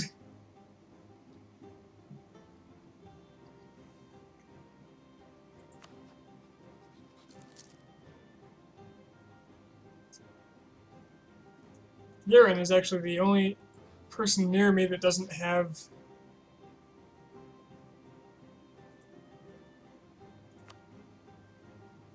some kind of ally.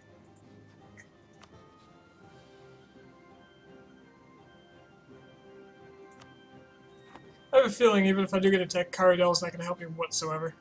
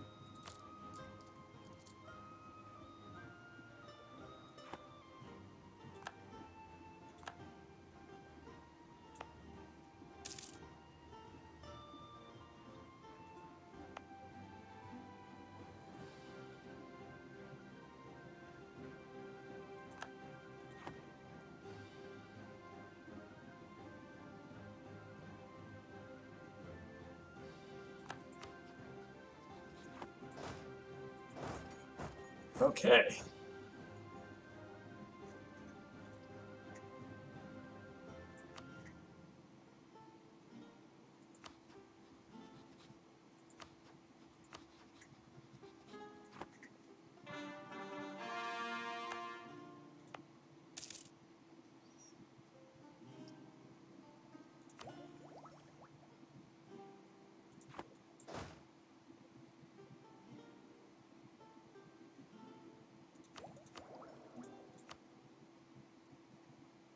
Only I had a theologian.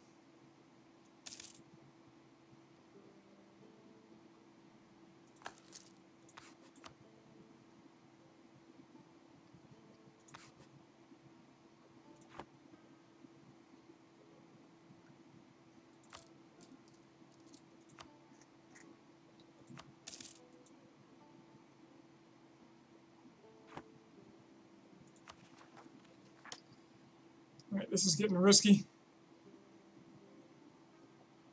I could buy down the war exhaustion, pretty much all of it, and that would make this go away.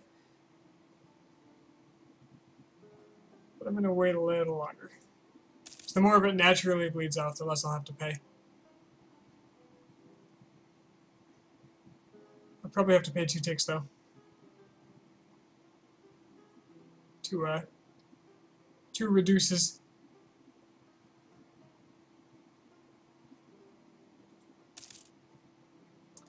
Oh yeah. I gotta reduce that chance now. I can't afford another one.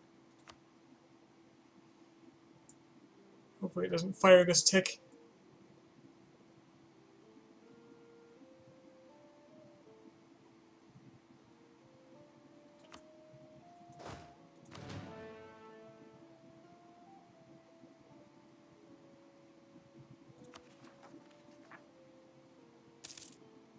Ah, damn it.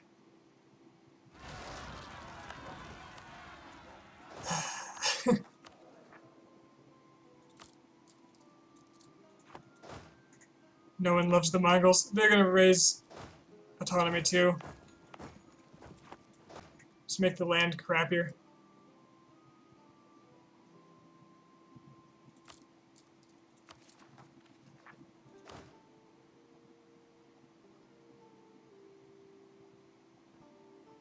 I'm gonna have my heir fight this because I prefer my heir to be in charge of this army in case he dies.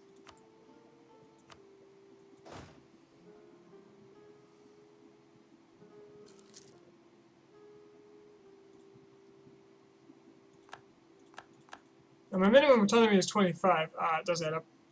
Because I've noticed it doesn't with Ming sometimes.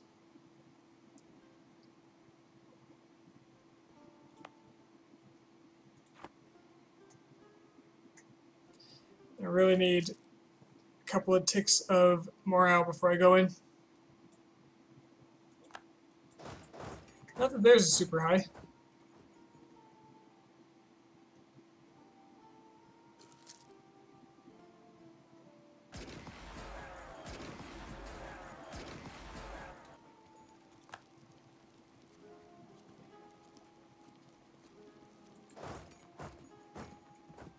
Alright, let's see if I can save myself some autonomy loss.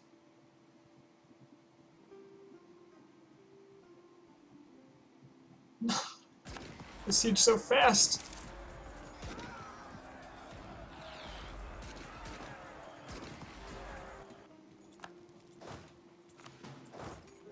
Absolutely brutal.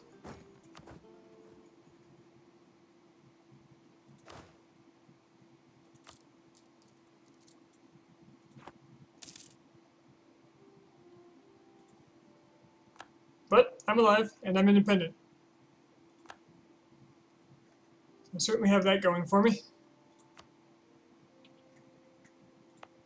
And now I have minus 20 to unrest everywhere. Yay.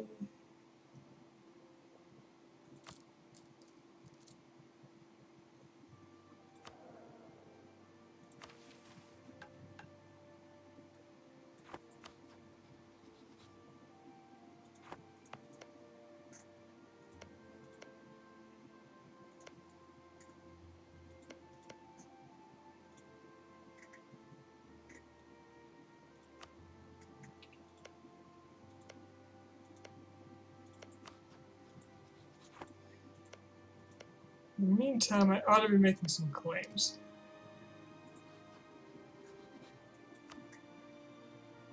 I suppose.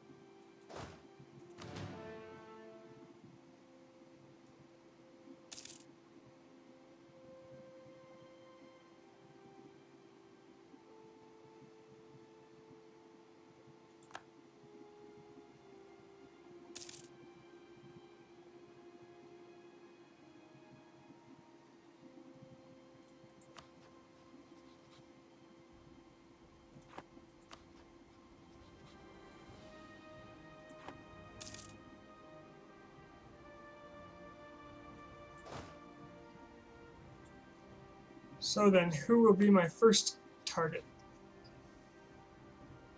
Uzbek looking strong. I really would like them as an ally, but they just aren't interested in allying a non-Muslim.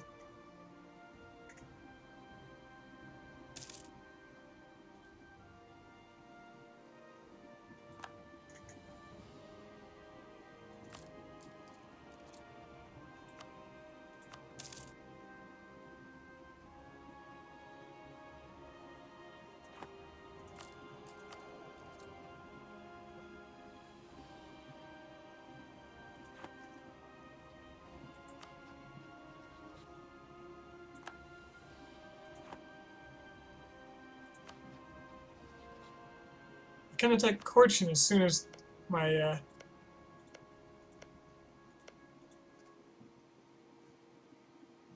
treaty ends with them.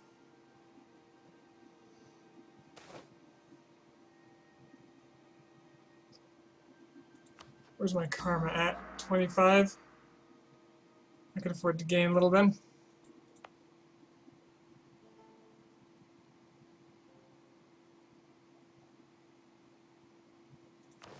I certainly want to keep my discipline bonus when I go to war.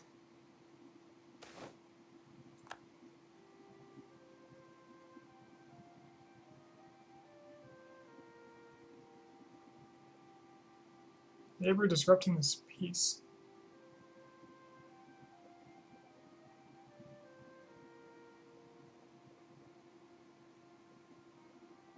Ugh.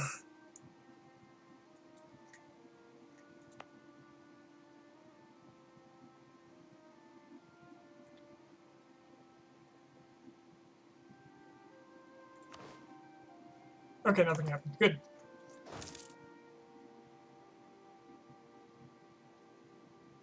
Are these troops actually recovering?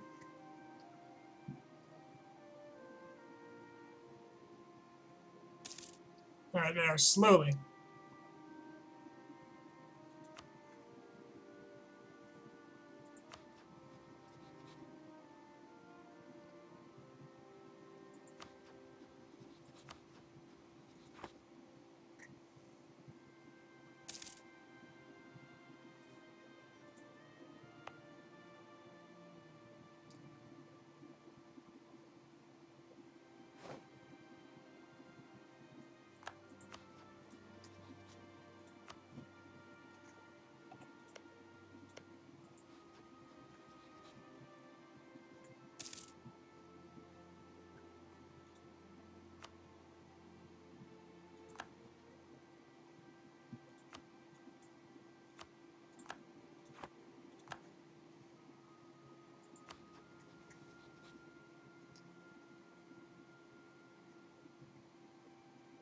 Yeah, until I get my strength up, nobody of any value is going to want to ally me.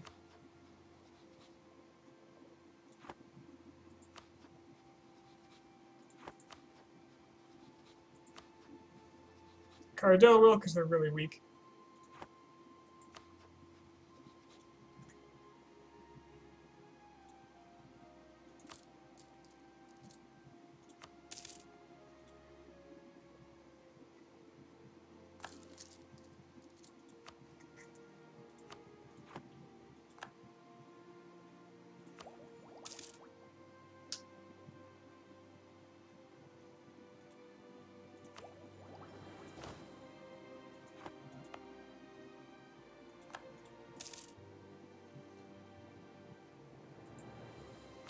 Treaty with Korchin ends in 64. 2 years after my treaty with Oyer ends, so I have to have a quick war if I'm going to have one.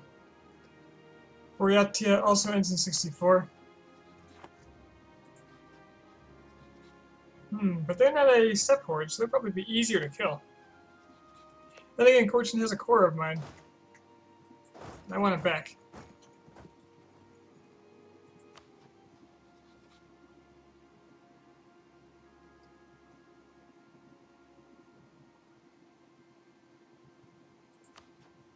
Haishi will ally me. They're an attacker in a war they are losing badly.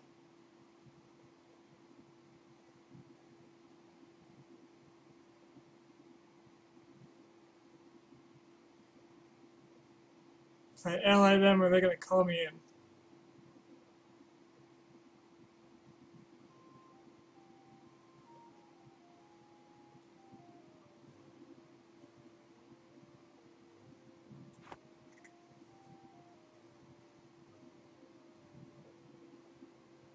Because I certainly don't want to fight their war.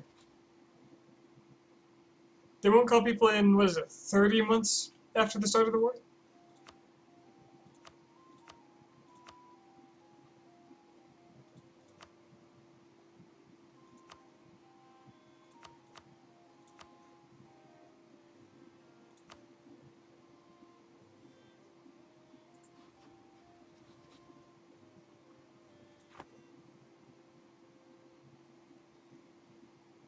Doesn't say when it started.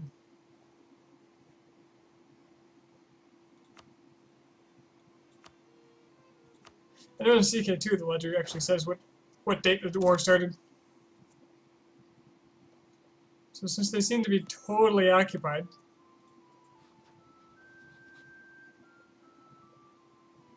oh wait a bit.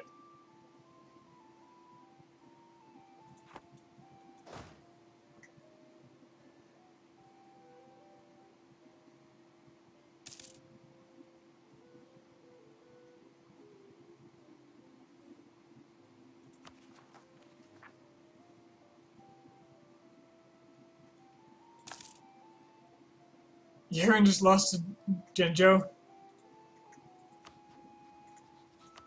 which could be really good for me.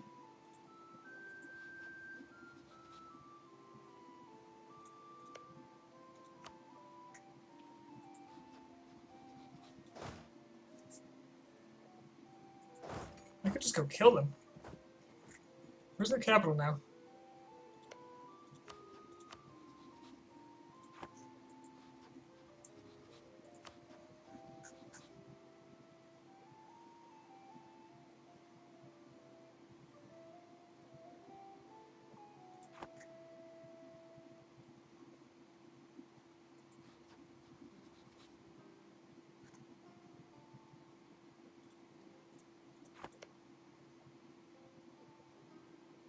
I'd also full annex Buryatia if I really wanted to.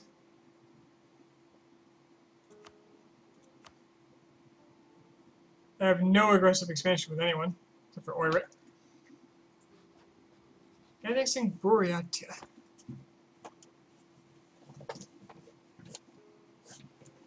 How good would that be? There'd be a hell of a lot of rebels, that's for sure. But they are weaker than me. But their land is actually significantly better. And they've got gold.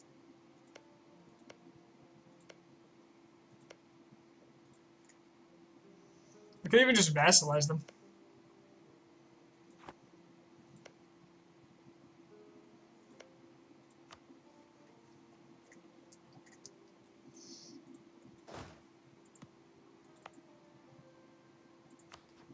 Were it not for my truce. Nah, I'd rather eat Cochin first because I'll get my core back.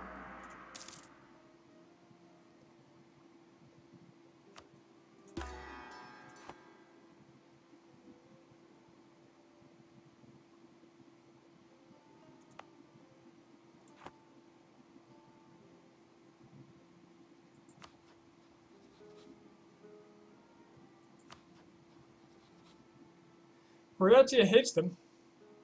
So if I go to war with Yaren, I'll probably be able to walk through.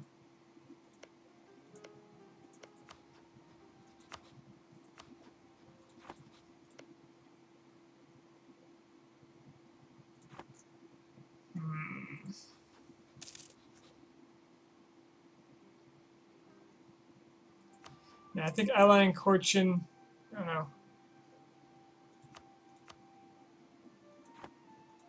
Or allying Haishi and attacking Cochin is the way to go.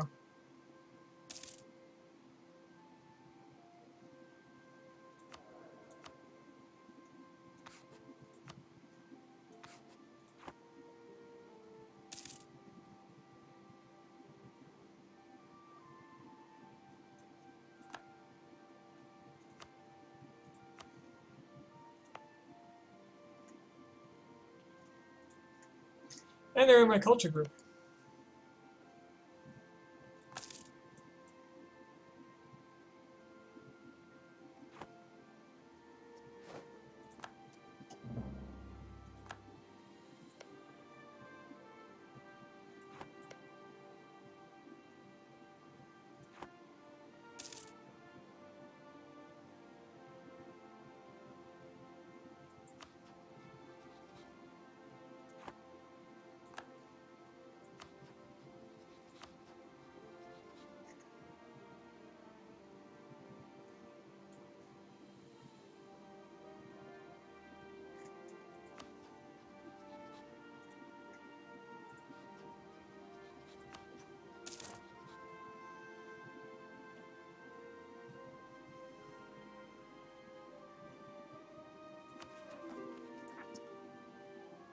Ah, Haishi wants an alliance. They're out of their war, too. Yeah, I think that's a good idea. I accept. Okay, so now I have 2 allies.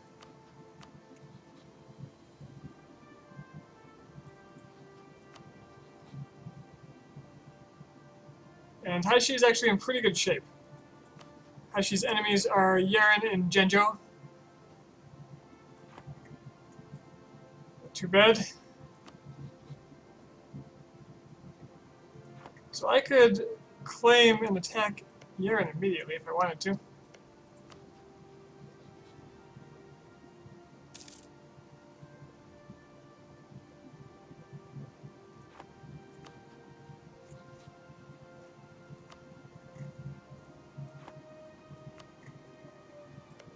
I suppose if I'm claiming anything, it ought to be Oirat.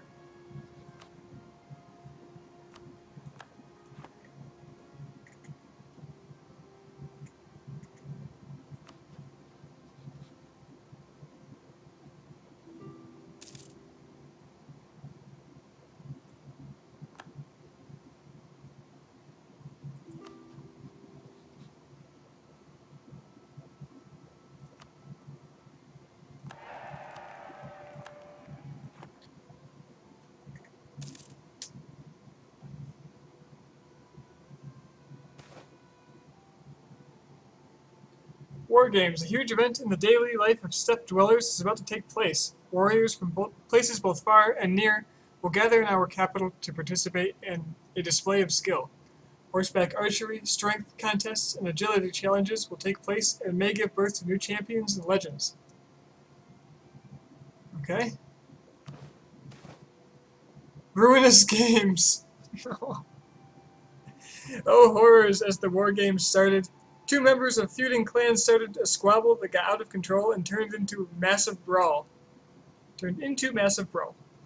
Before our palace guards could stop them, the arena pit was damaged and two large pagodas set on fire, ruining the rest of this event. Lose stability in 5 army tradition.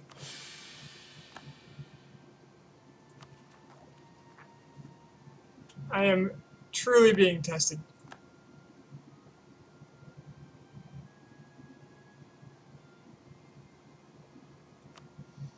Who needs legitimacy?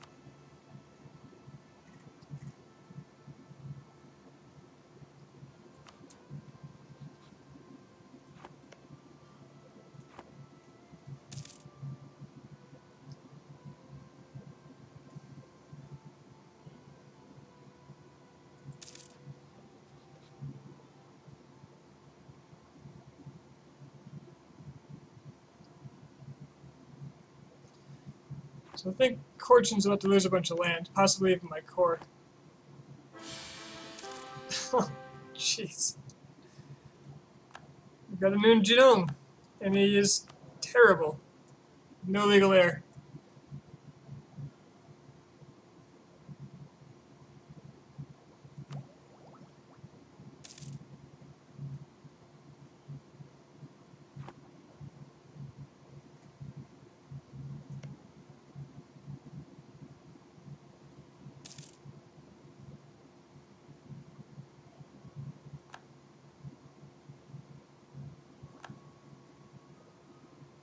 Your Khan's is attacking Oirat. How I wish I didn't have a truce right now.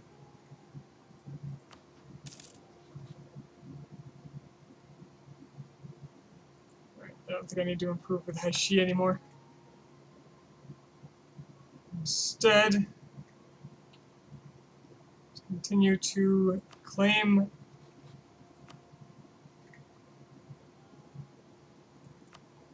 Boreatia.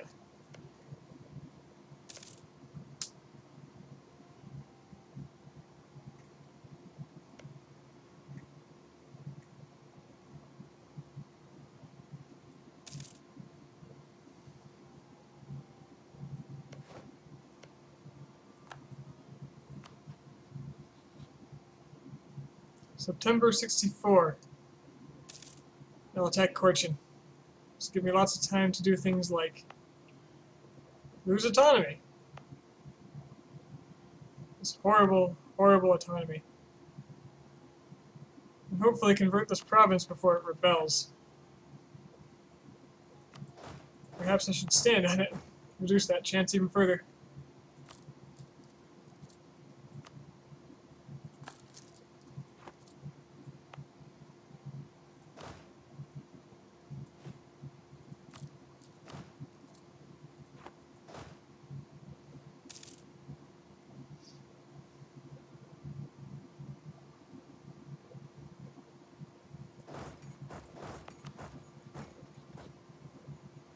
Both Boreatia and Corchin. Truce expires at the same time.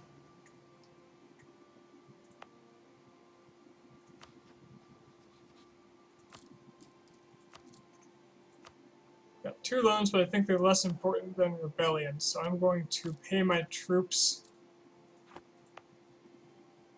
in order to reduce this number. Maybe not enough, so I'm going negative.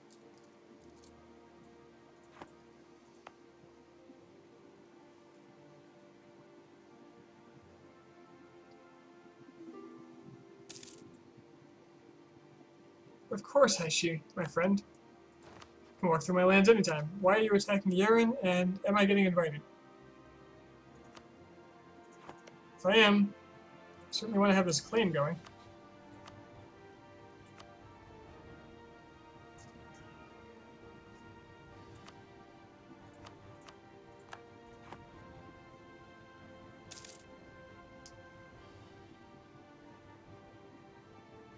They probably didn't invite me in because I have loans.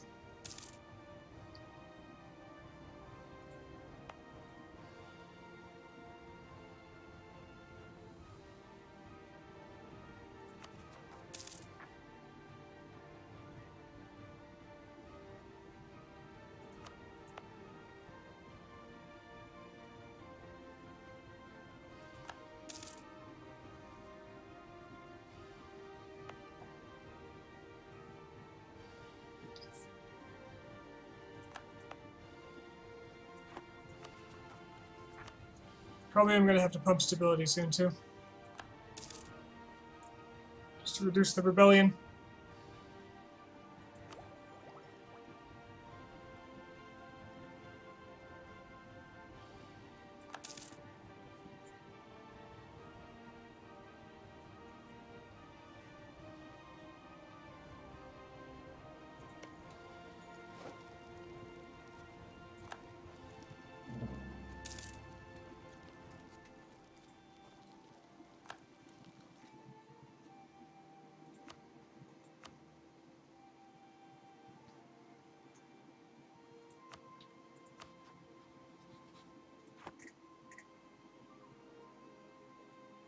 Or it seems to be losing its war quite handily.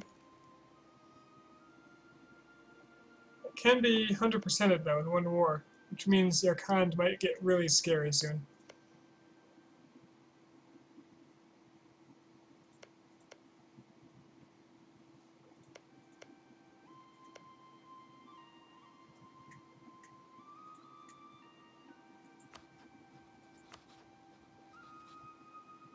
Iran has no allies.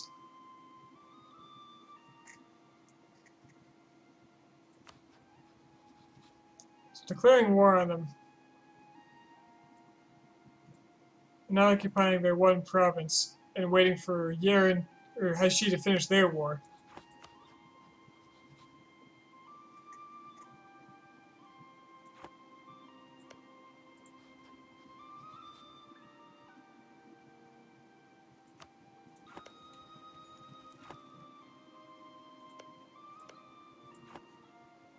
This is a very useful province. Maybe I should just wait.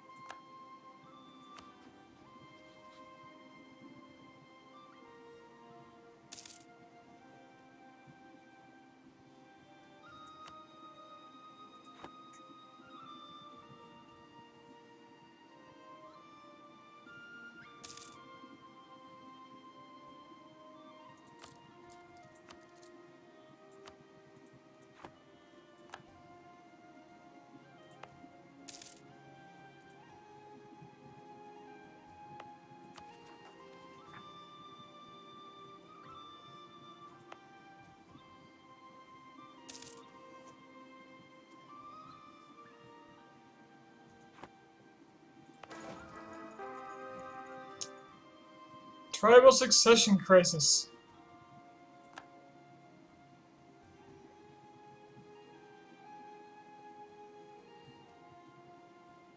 Six separatist regiments rise up and revolt in all owned provinces? Are you kidding me?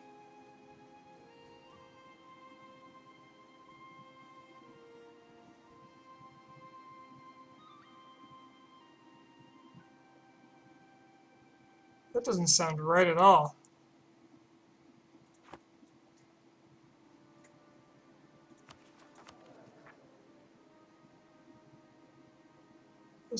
This game, I don't know.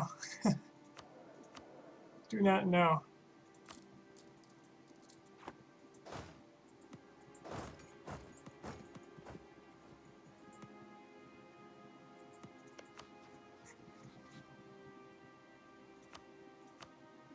Ask for access into Ming so I can get the hell out of here until I figure out what's going on. Don't I have access with someone else right now? Yeah, you're Khan. Uzbek, I mean.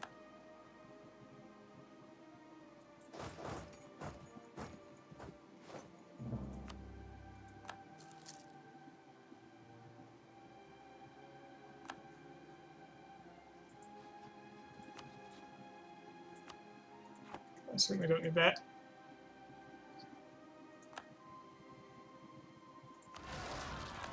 Okay, that must mean like unowned, like uncored provinces, because I didn't get anything.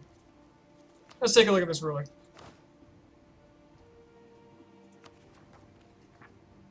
He has a 135. And currently I have a 530. I kind of rather have the 135 because I really need to keep up with Miltech.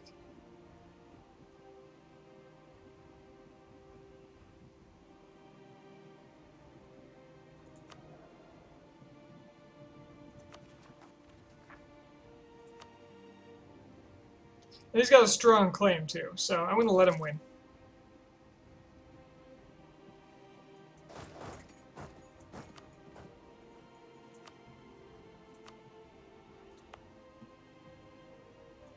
In the meantime, I'll protect my other provinces. They're absolutely absurd revolt risks.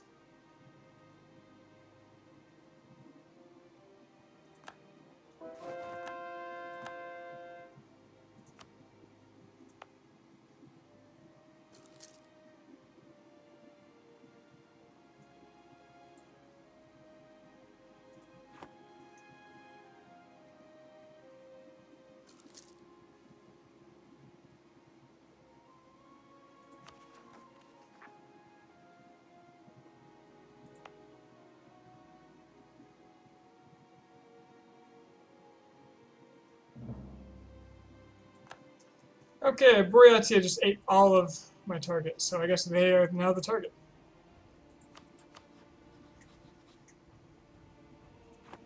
And they're going to be much stronger.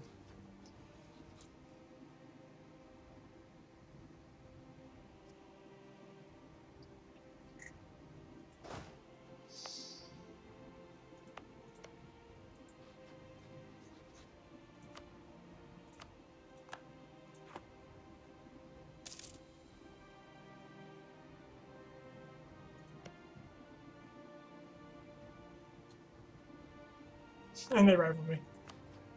I've already rivaled them though, so it's fine.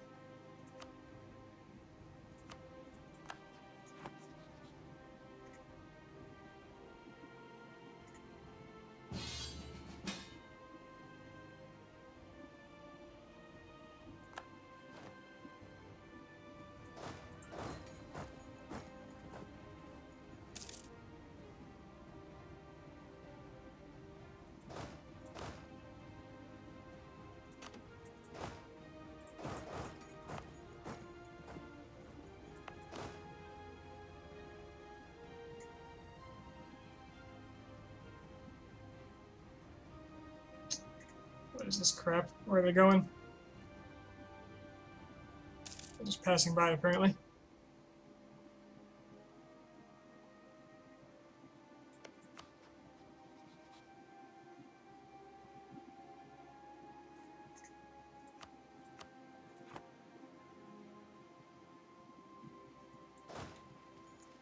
No matter, I will be looting them now. And acquiring the province that I will have a claim on shortly. Or already. And hopefully they'll give it to me when it comes to ending this war.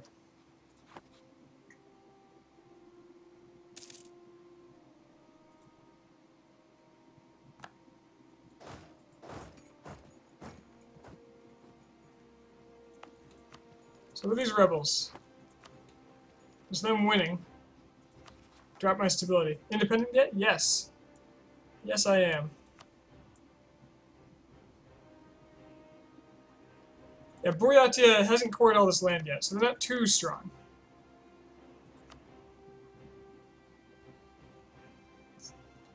We've got the same force limit I do, in fact.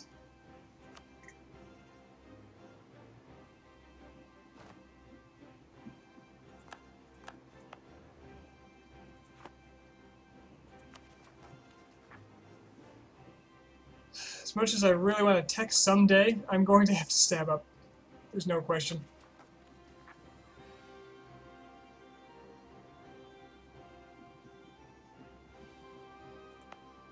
Why does this have 23 revolt risk? Tribal succession crisis, of course. Well, might as well spend all of that now.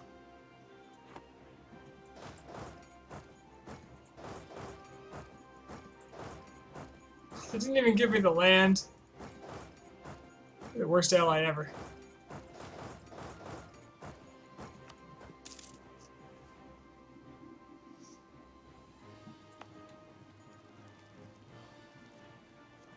Can I?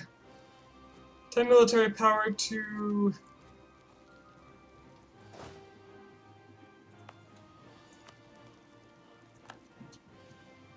speed this up.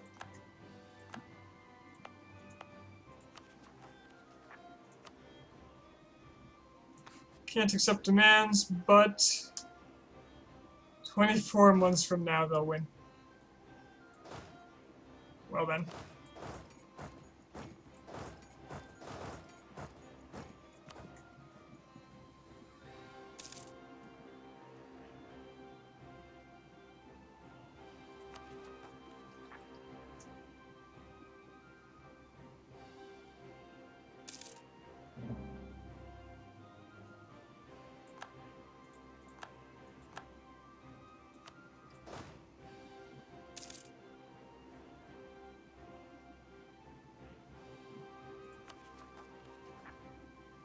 Problem here is I'm going to have a lot of other rebels. Suppose I'd rather have peasants than separatists, so... But I don't want to defeat this guy.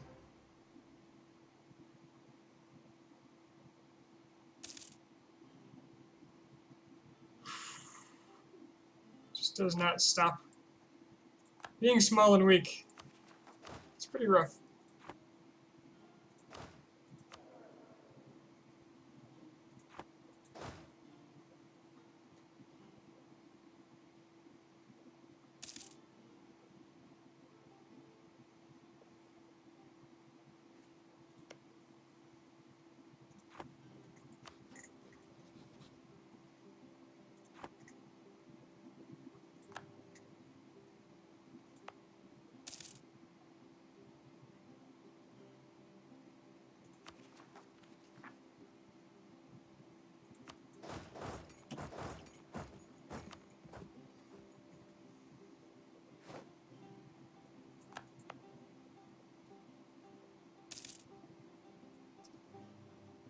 Switch this to pretenders. Maybe it's better that way? I'm gonna switch this to pretenders too and get rid of the other rebels, because that would be really nice.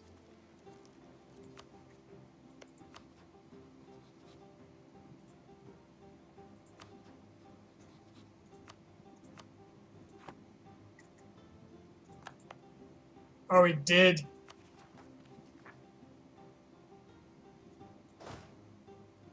That's really nice. I hope he comes over to Dornogovi. In fact, I'm going to back my army over here so I don't accidentally take this too early.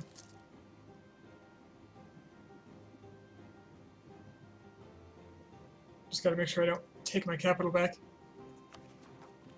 Not for another 14 months.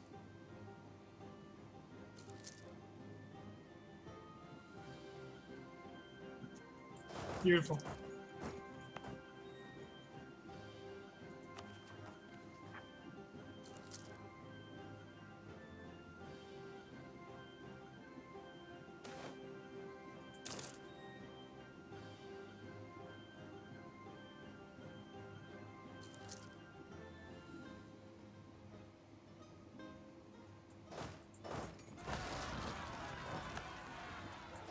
Oh look, more pretenders. Knock knock, can I come through? Thank you. I'll be hiding in your land now for a while. Oh, and Hashi's coming to help me. That's generous of them.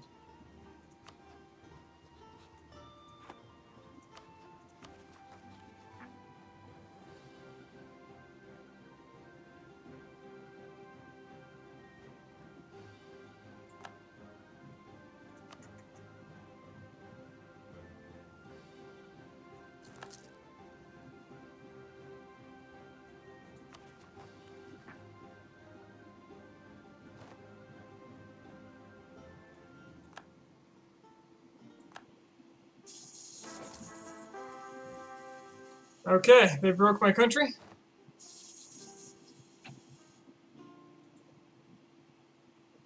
And apparently I get new pretender rebels.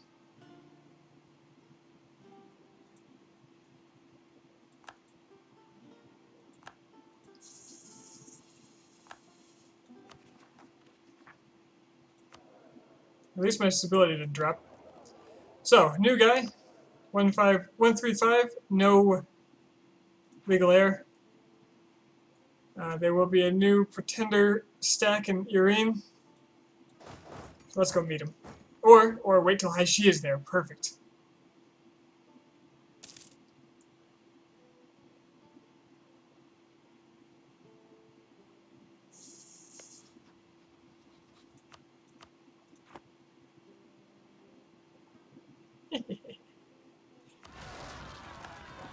Fight for me.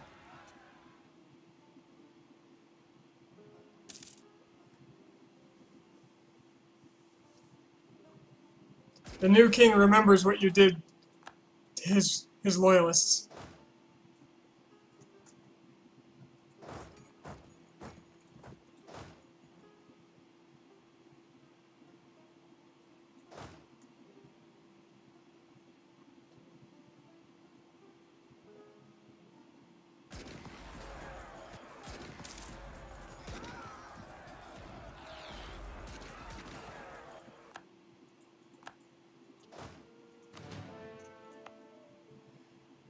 Okay. Also, that added recent uprising to a lot of provinces. All the ones that were occupied by the rebels when it happened. So that actually stabilized me a little more.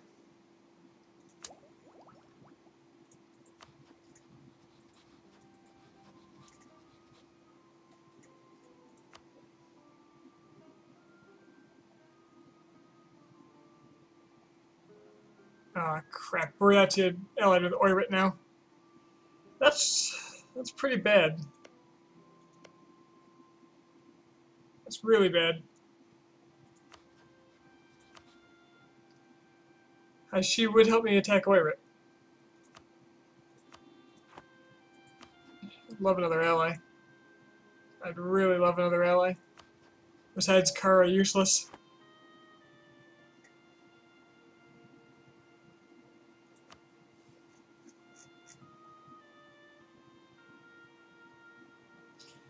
She's got a huge force limit and a lot of manpower, though, so that's pretty good. Oirat lost a lot of its land and is going to be pretty weak. So in a 2-on-2, I think we could do it.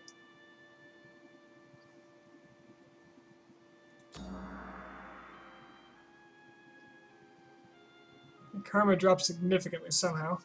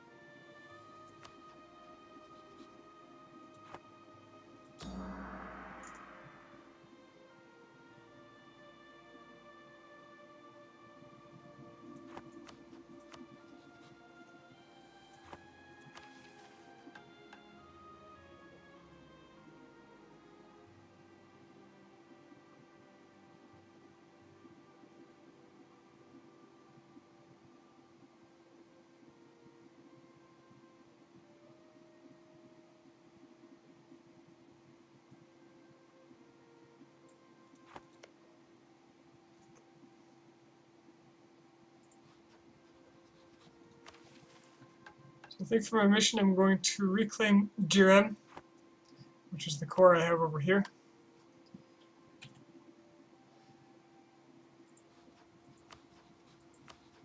Everybody's got 4 mil tech.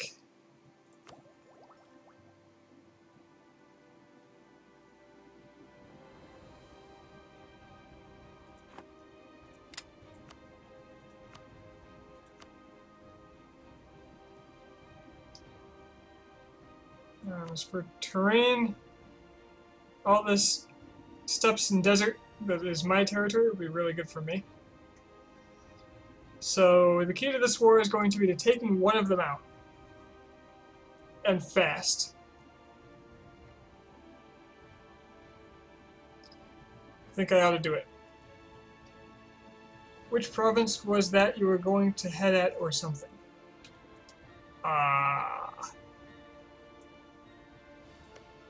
Well, Jiren's my core. I'm not sure what you're referring to.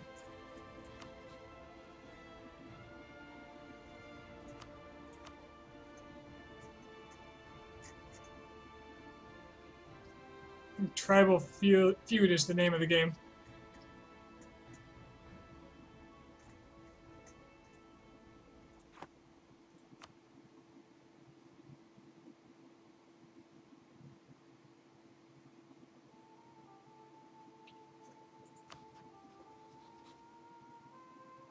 Oh, Jared?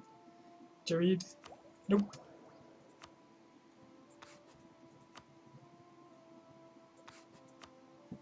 Okay. Let's get cracking.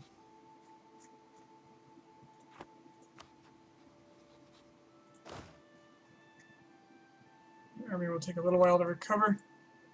But as long as I catch another army... Hey, Breach! As long as I think I'll be fine. I think I'll be okay. Definitely gonna need that meal tech.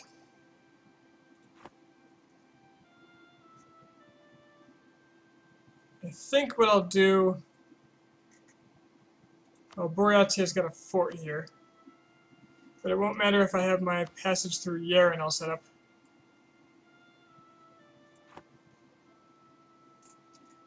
But I want to kill the Boreatian army first.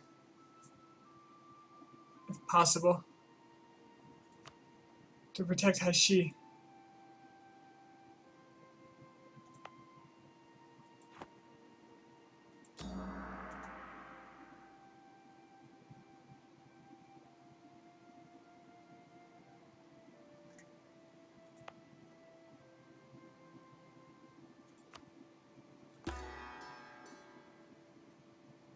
It's doable.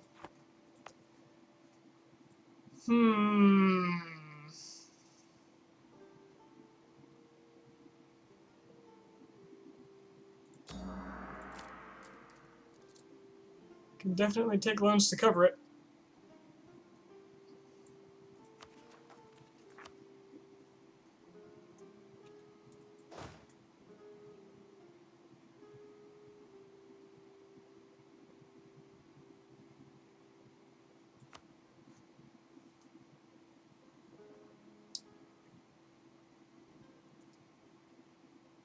This is the point where I miss being able to save scum.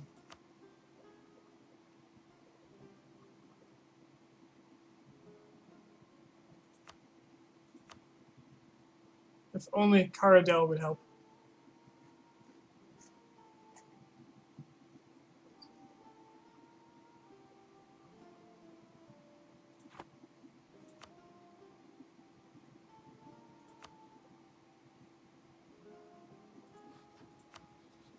And all their useless glory. So they don't have a money problem. They have a manpower problem. Is Ming happy with me? Of course not. Not adequately happy. Plus 85. As happy as I can make them. But they're allied with one of my allies, and I'm hoping that's going to deter them from attacking me. Alright. No proper Mongolia would just sit on its laurels and wait.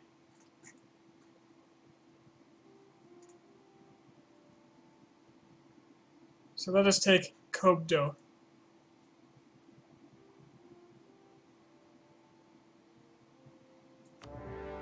And Hashi, you better join.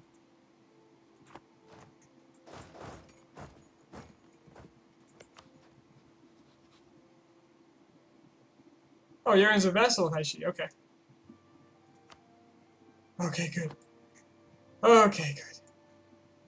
I'd have been very sad if they wouldn't join.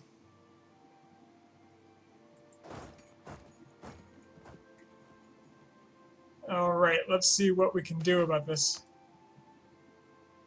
Oh, okay, cool. Tribal succession crisis is over. Free stability. That's the first, like, positive event I've had all game. And I believe it gives me one of the things that lets me have higher missionary strength. Which means I'll be able to get rid of these heathen Tangri that I would prefer to be.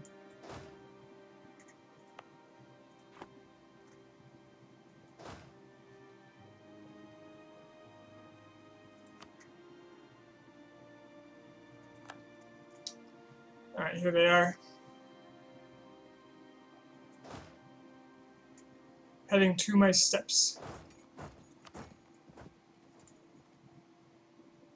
And sadly, Oira is going to try to come and join them.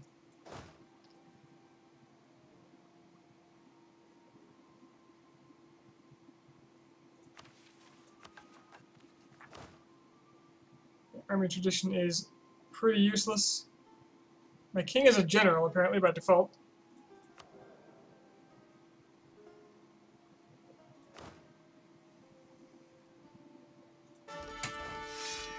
Ugh.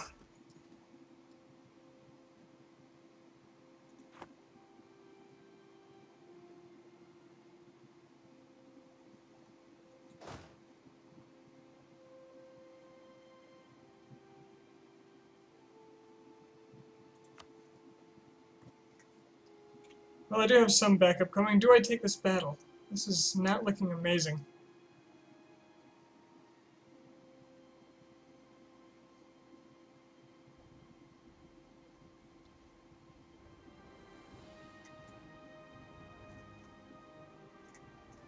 Haishi's not even bothering to come.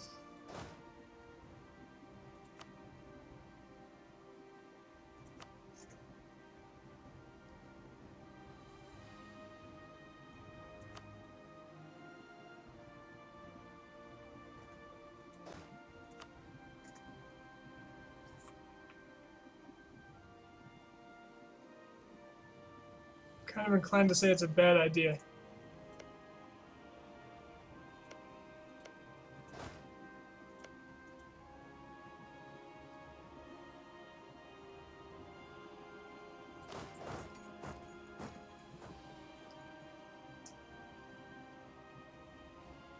Especially since he gets there so long before me.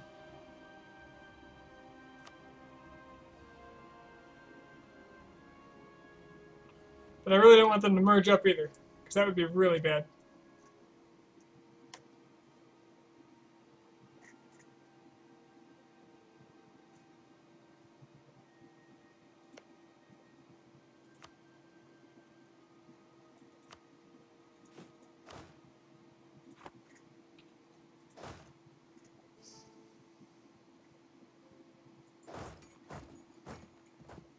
So maybe I go to Buryatia first.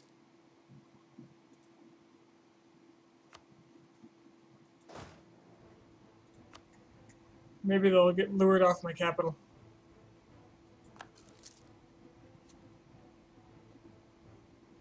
If they're going to merge into a super stack, then I have to simply wait for it to go away. Or for Haishi to get its shit together and bring me a large enough force.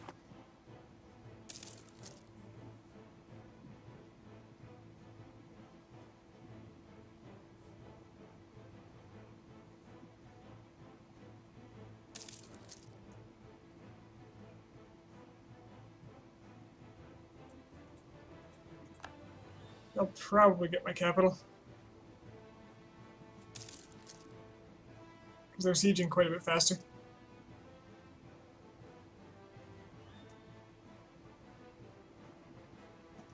Ah. Okay, this is good. When he arrives, when he gets locked, I'll start moving in. He's locked.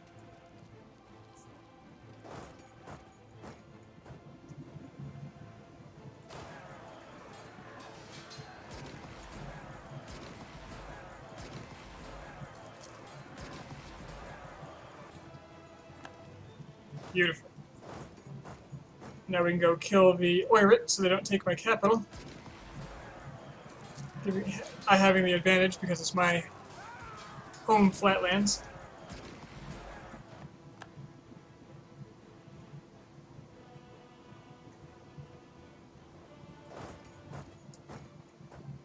Let's see about sieging up Oirat then.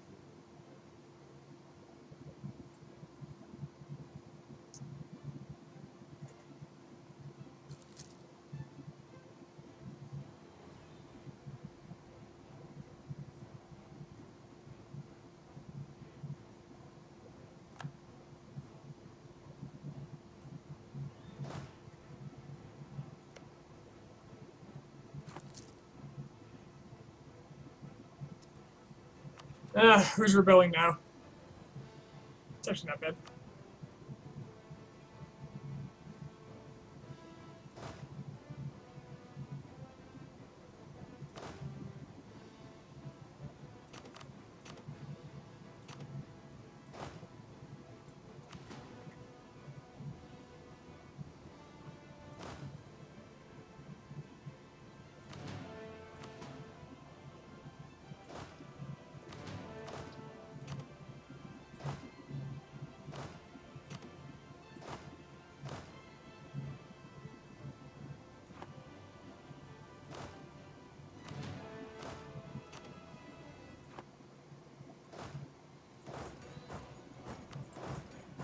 Siege up as much Oirat land at once as I can, so they can't recruit anywhere.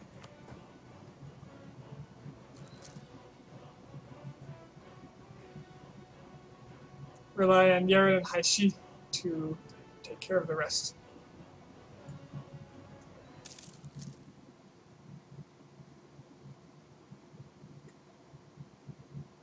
That looks like they're going to recruit anyway. That's fine.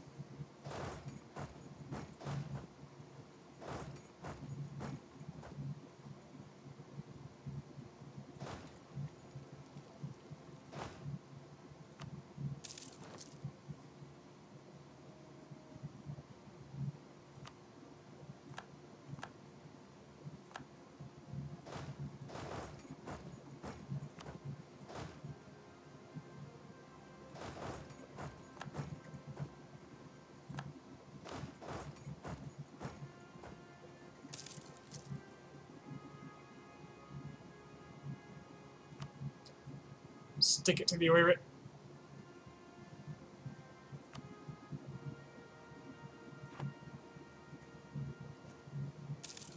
The downside to this is it might give me war or call for peace a little earlier than I would have liked.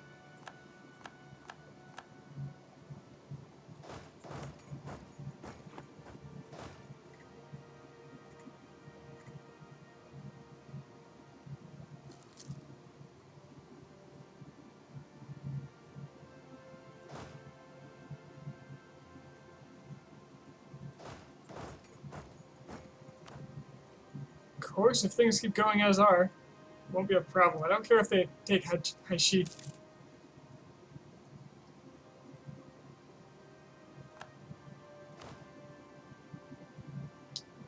Too many military leaders.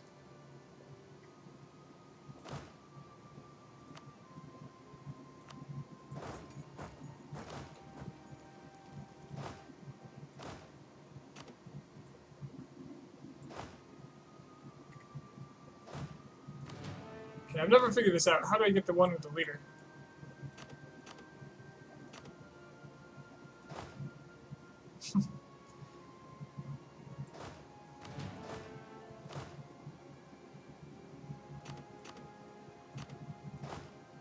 Just doesn't make sense. It always goes to the largest army.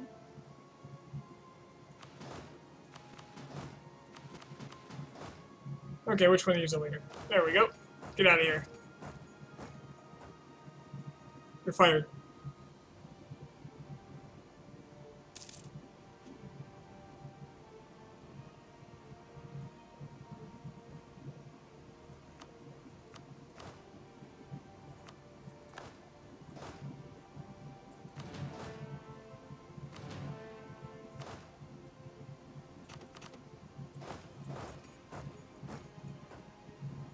Certainly don't need the cavalry doing this.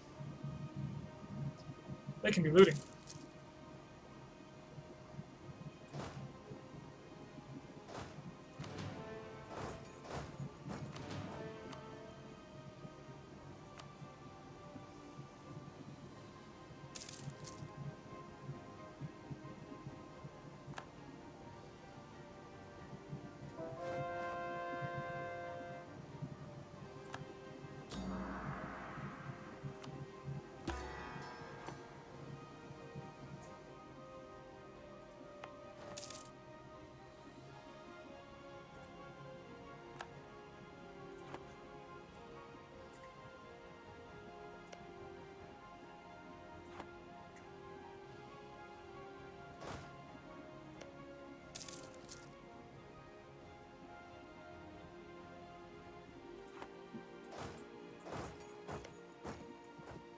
I'm going to have to both take his capital, reclaim all his land, and crush him.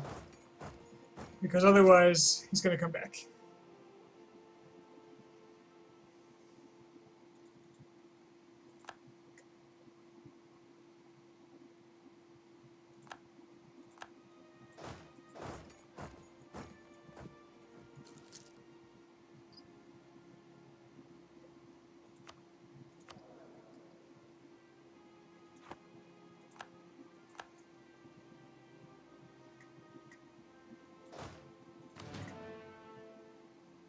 Desert. Perfect.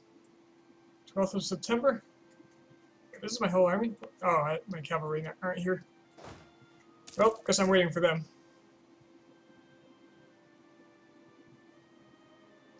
They're kind of important for my army.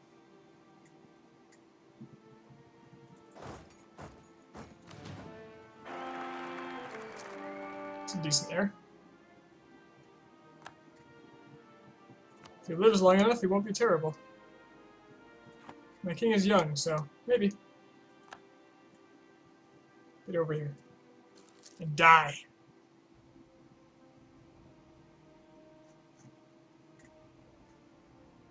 Shit. Okay.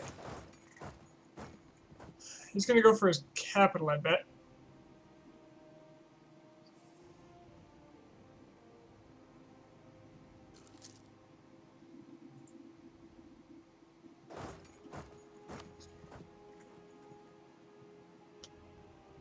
Gaining men somehow. So if he's not going directly for his capital, and he is, who gets there first? Probably him. A day earlier. I don't think I can win. Then again, my general's better. And I've got the manpower to throw away.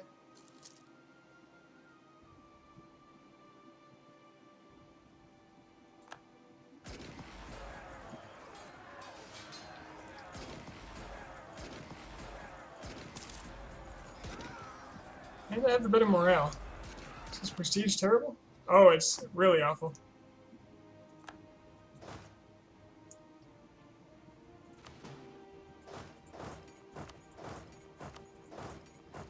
Take the rest of his land, and then we can focus on the east. For some reason, my allies are doing nothing at all. Did they quit already? Oh, bastards.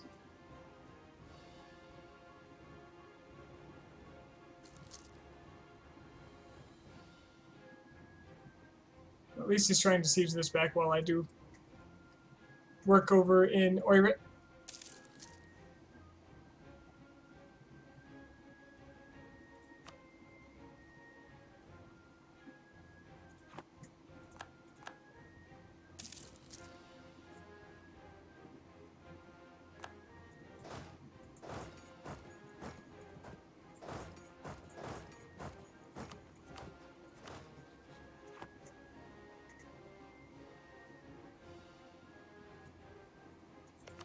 Wait, how much money you got in the bank? 14, good. You'll be steadily losing large sums of money then.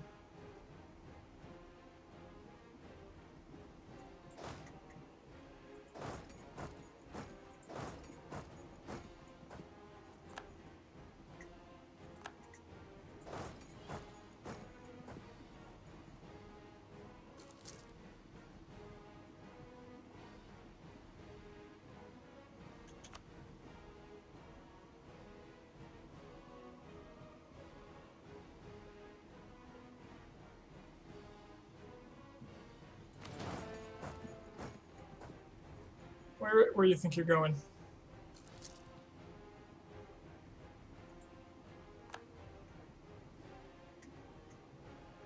Taking you out first.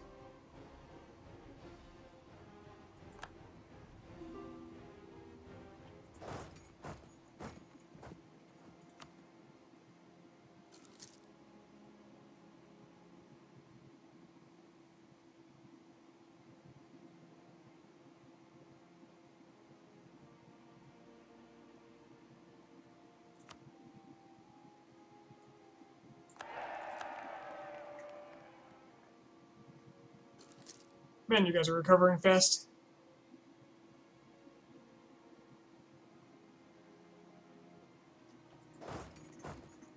But there is no way I'm allowing you to recover.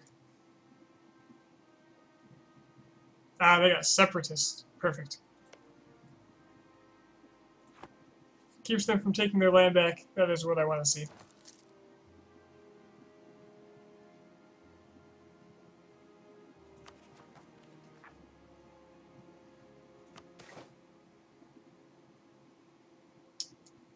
Yeah, I think this is worth it. Let's get myself a super general.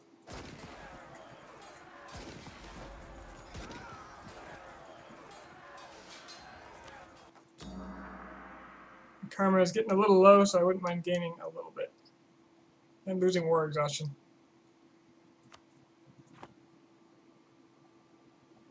Which is probably pretty high. It's not too bad.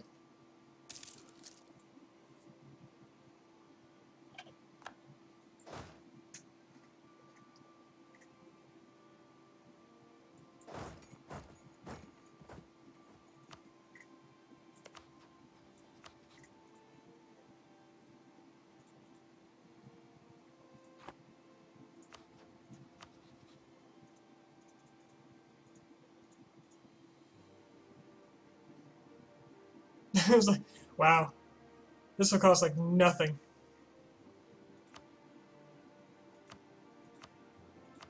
In fact, I can make one peace deal and just get both of them out. Or I can just do Boreatia separate. So they are co-belligerent, so I might as well.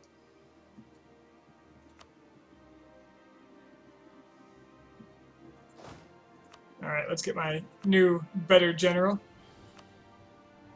Now with less siege ability, but damn if it isn't much better. Dude's a race car, too. Well, goodbye Novgorod. Just got annexed. Banditry and Setson. Ah, stupid popular bandit.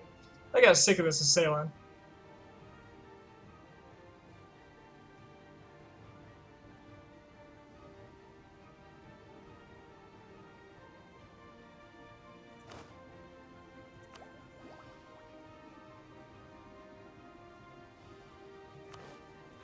Well, whatever.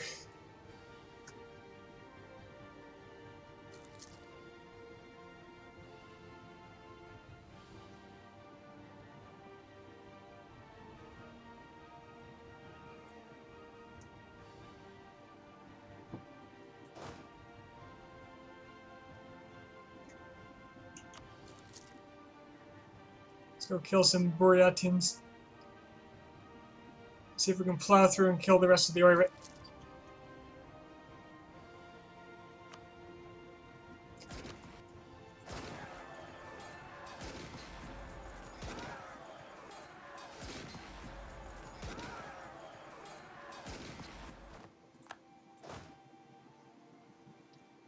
Alright, Oirat, where are you? It's time to die.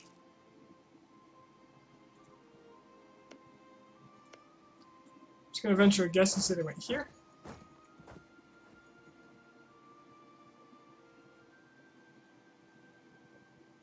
Nailed it.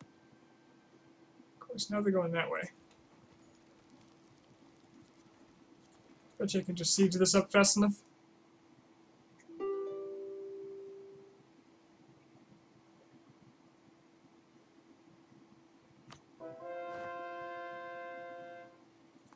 I don't want to accept the peace offer yet because I can gain more.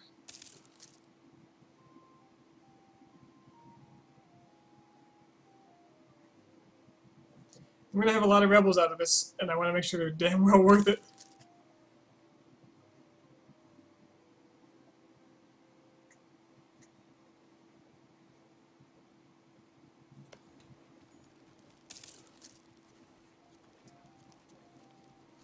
Should probably check to see if I lost my alliance. Yeah, I did. They were forced to give up their alliance. That's not good. Smart of them. Not good.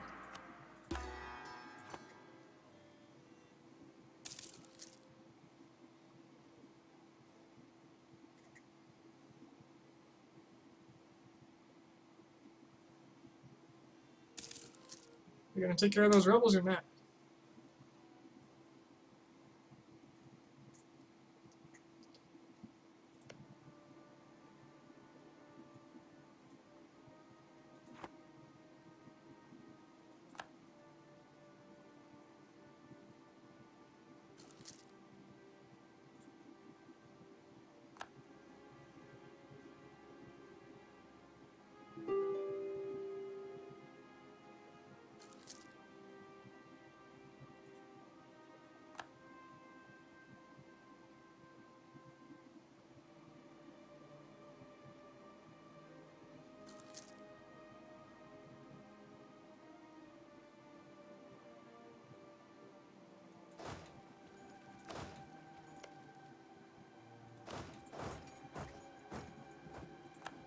Okay. See what I can get out of you. I'd love these lands back. But if I instead take a bunch of stuff up here, this will fall to Korchin, and I can immediately attack Korchin instead.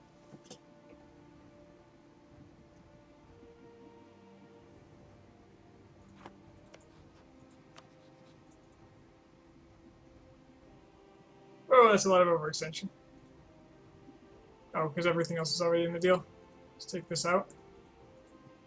So. That's a lot. Who is it with, though? Could just full annex you.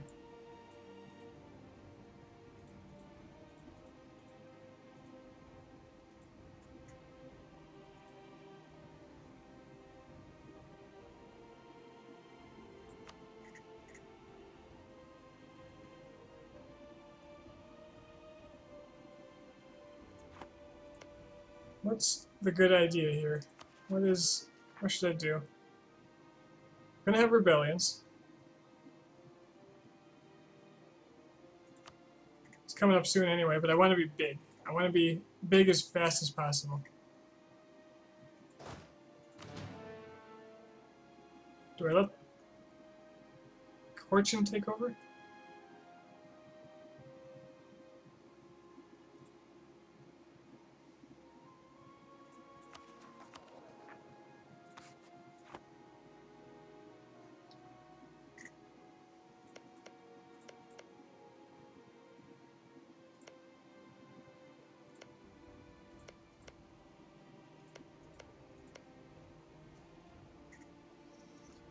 So if that's half, 1, 2, 3, 4, 5. So I have to leave them with 4 provinces for that to break. 1, 2, 3, 4. So if I took these 2 provinces, which are the ones I'm holding, 22 overextension. If I take all these, it's 20. Oh, that's barely anything.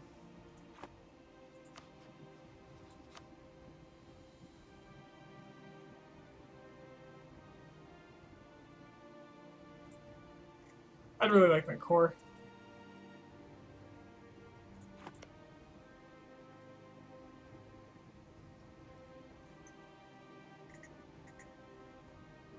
That won't break them either.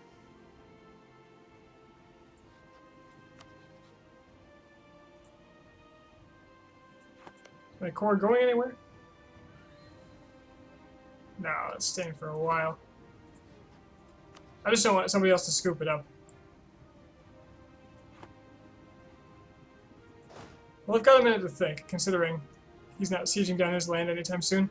So let's go take a look at what's going on over here.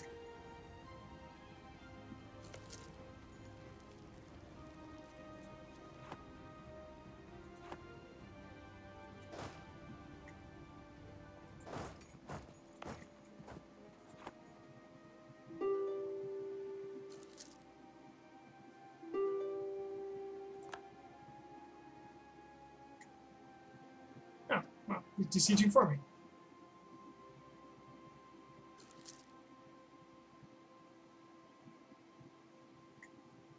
I don't see his army anywhere, and it's making me a little uneasy.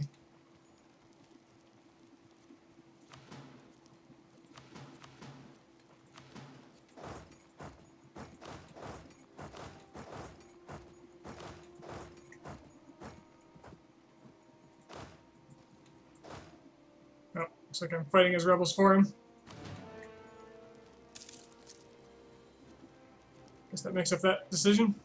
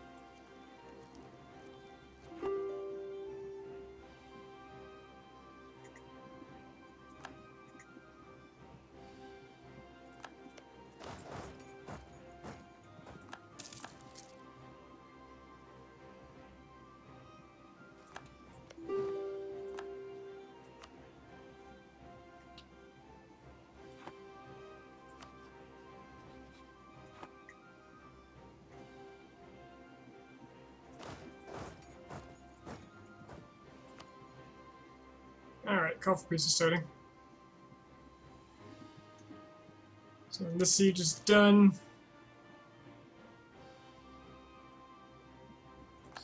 It might be a good idea also to vassalize someone instead of killing them.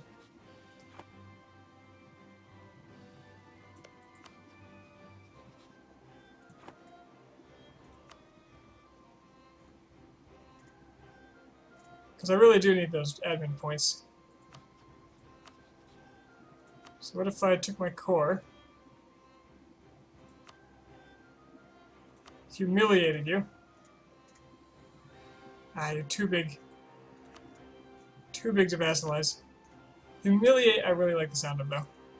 Let's take your fort away from you. And then what is the value of these provinces? 7, 7, 9, 7.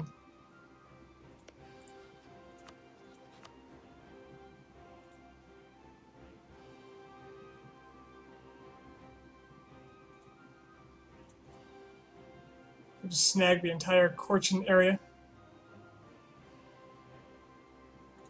How much is that going to cost the core? 110, 101, 79. Don't think I can afford that. So let's just take... Like, Ming doesn't have claims on any of this, so that's fine.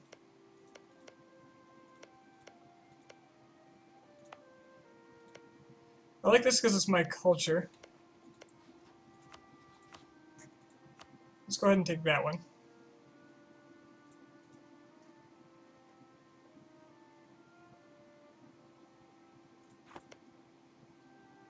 I was very concerned about the costs here. It's going to add up fast. I could vassalize you. I could vassalize this country instead. Mongol vassal. It cost me nothing. Barely any overextension. Or, well, the other thing. So yeah, I'll vassalize him and I'll steal a bunch of this land. That sounds way better to me. It's all my culture group too.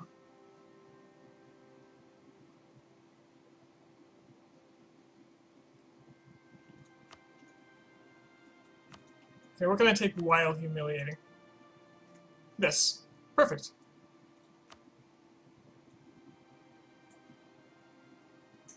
Very good. Complete my mission.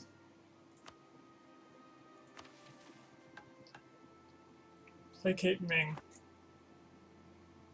Placate Ming. What did that take? 100 relation? I'm not sure I can get that.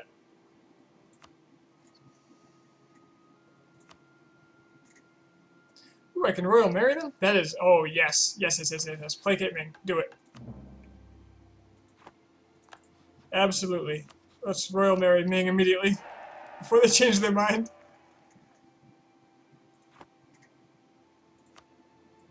And Oirat, you are to be my vassal. You're going to give me your money. And you're going to revoke your cores on my land.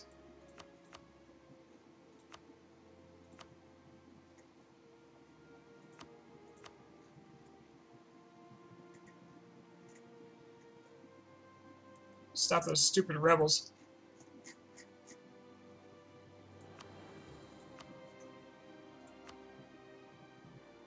Excellent. Do I want to take any of their land? Probably not.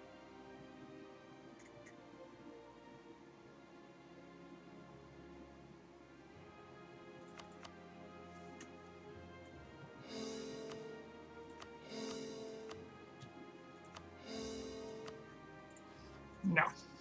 No, I do not.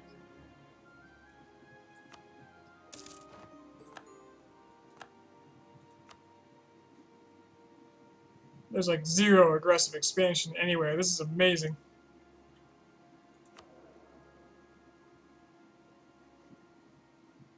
Historical rivals. Oh, that's a problem.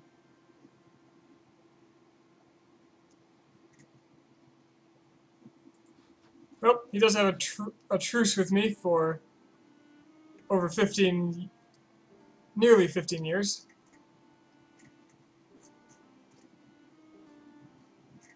So that's some time to placate him a bit.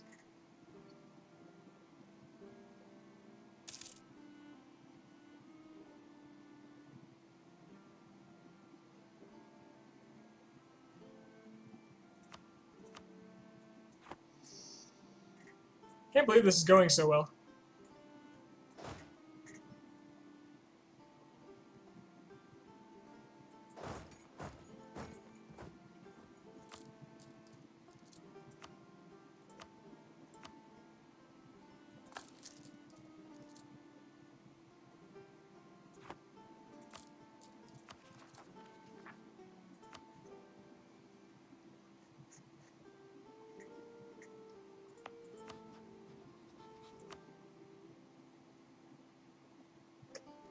Tempting to rival Haishi.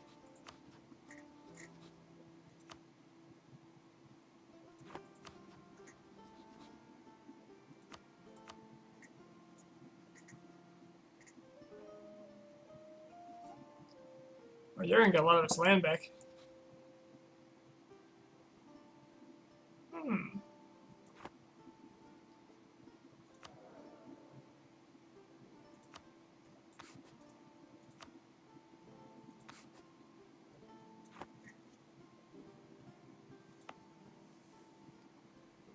So to raise autonomy or not? They're gonna rebel anyway.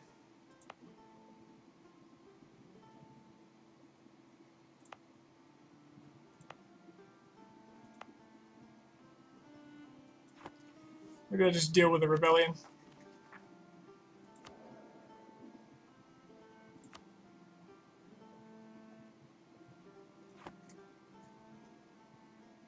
Look at that sweet, sweet power projection. Anybody still here? Anybody watching this? I need a name for the campaign. I didn't actually think it would get this far.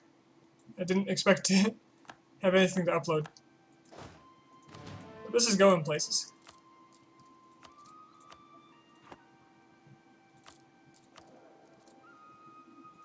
Hey, Google's still here.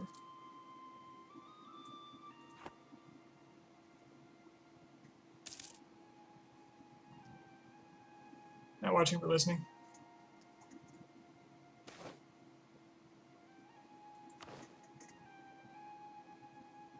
Get to enjoy the sweet combination of me being tired and thrilled with what's happening.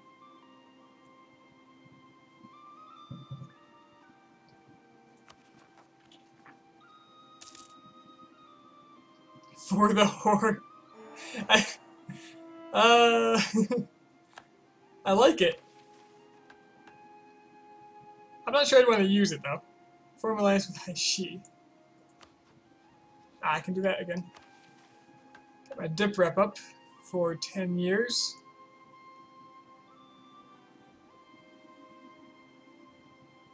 Get access to the sea through Shenyang. That's a thing?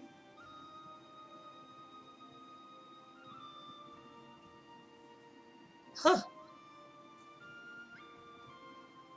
Alliance with Haishi.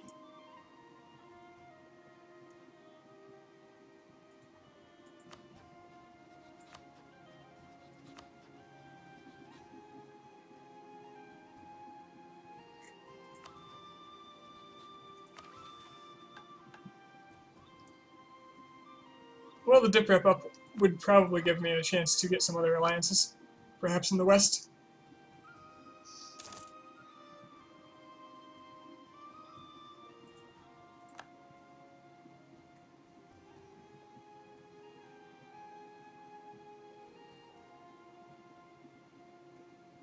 It's going to take a while though, isn't it?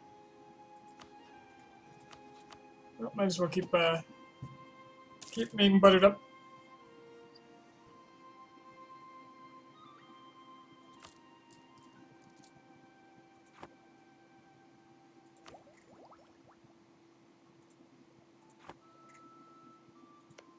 But man, Beijing is sending a lot of men out here. But they're improving relations with Haishi, so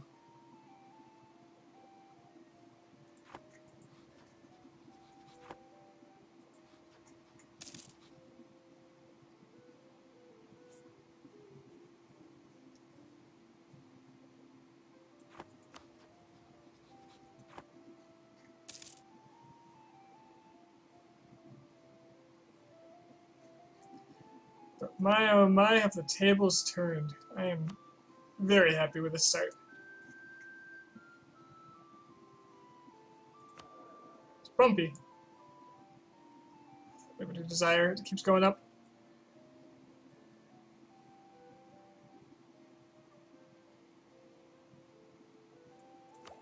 They have better dip tech.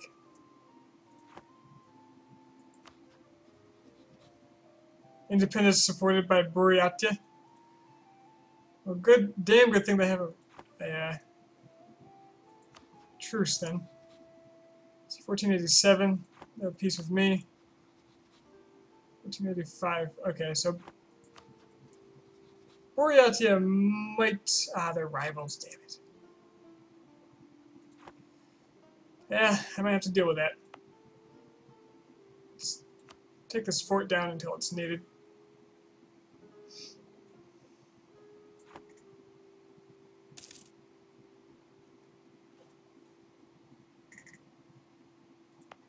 So as far as naming goes, I'm trying to think of some, maybe a pun about the Yuan dynasty. I don't know. I'm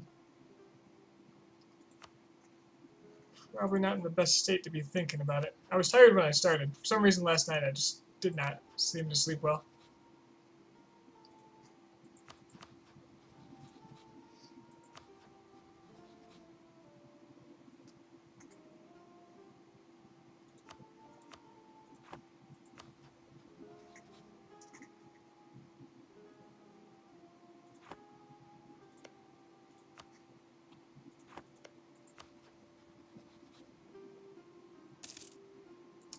So the rebellious state is largely fueled by Buryatia's support.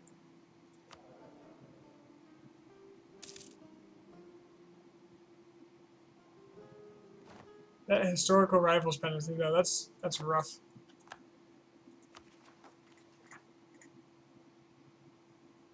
Mongolia hitting people in the chin.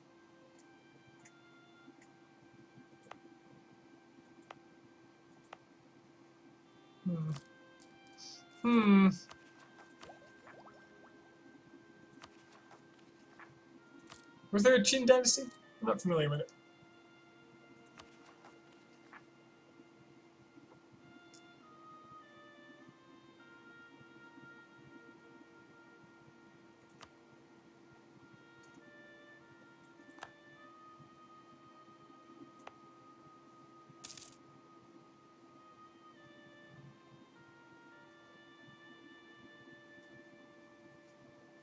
I know the Yuan dynasty was um,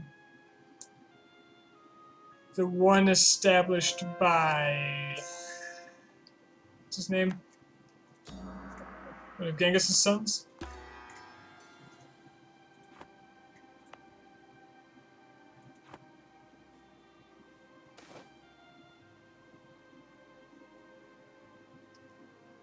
Unrest down, yes please.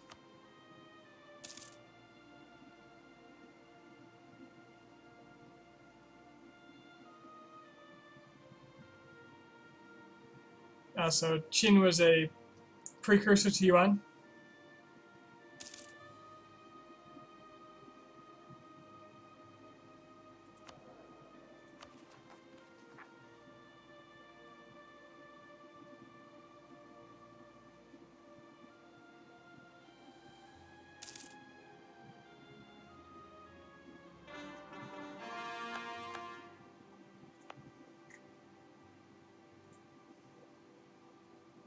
This province is angry.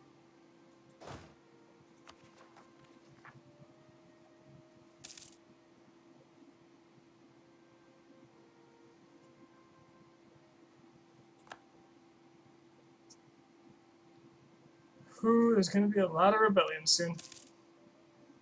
Such is the life of the steppe horde. I wonder what my force limit's getting up to. It's 15 now.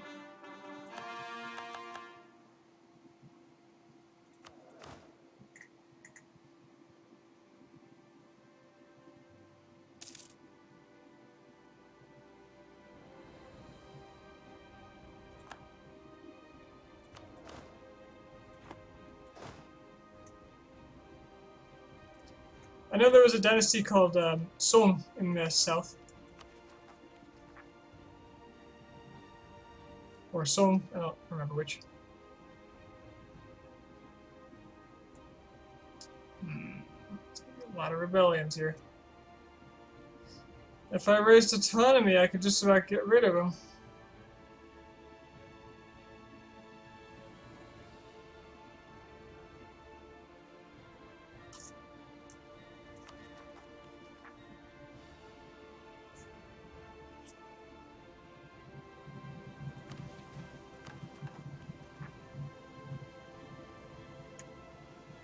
And I could spend 75 Diplo to get rid of the other unrest. Alright. Let's just not deal with it. Let's ignore the problem here.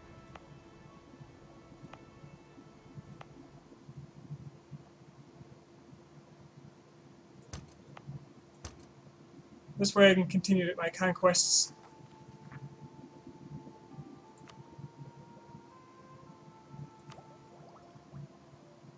So I'll do that, and then I will buy down on the rest, or war exhaustion. And in about a month, these will be gone.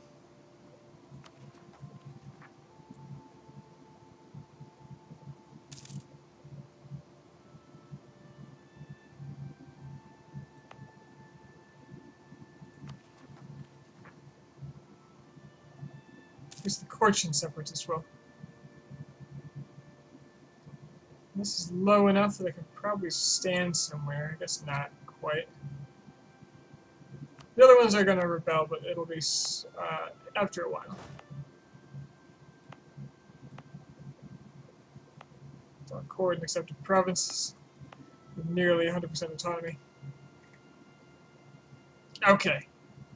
I am a horde, and I like to kill things. So. And I gotta placate Oirat. Opinion is 3.7. So it's 1 per 10. And get them up to 200. So that's only plus 20.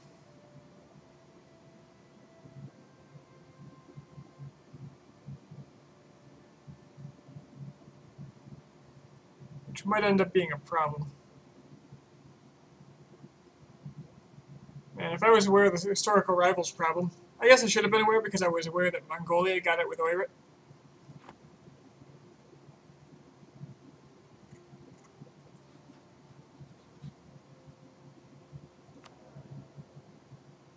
But at some point, I'm going to need them to be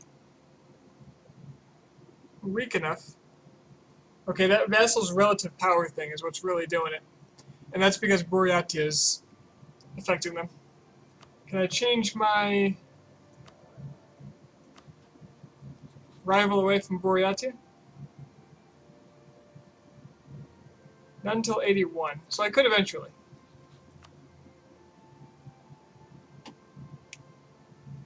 Yarkhan seems like a decent rival. They hate Uzbek, so I could get Uzbek on my side more easily. That seems appropriate.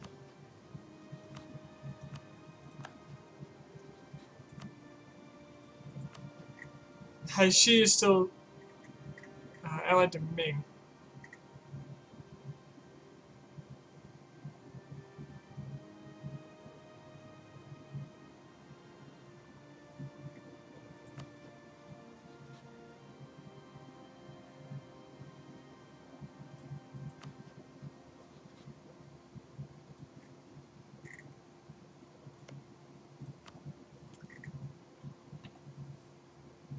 Now Yarkand has Oirat cores, which I could just go and take for myself. Ah, Tibet formed.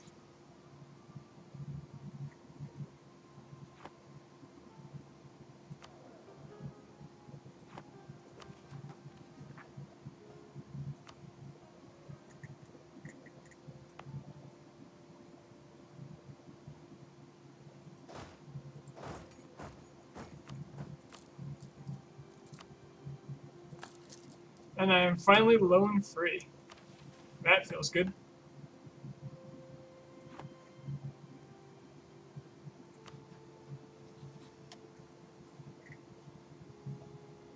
I need to destroy Korea. Well, the problem with that is they always ally with Ming, so...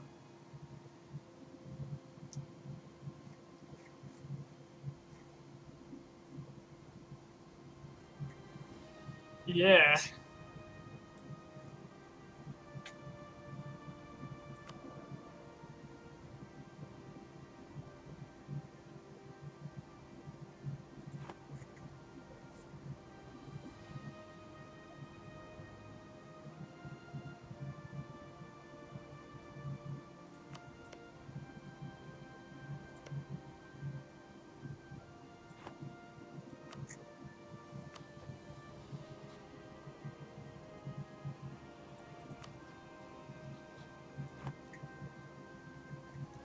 What I really want to do is shore up my power so I can begin to attack Ming. And by that I mean start uniting all the Horde lands. All this blue territory, that is my culture group. And my goal in this game is ultimately to restore Genghis' empire, starting with reuniting the tribes. Of course, to do that, I need to reform at some point in the next 50 years or so. Which means I have to start really getting some ideas going, for which I need several admin techs. But I've been spending it all on cores, so yeah.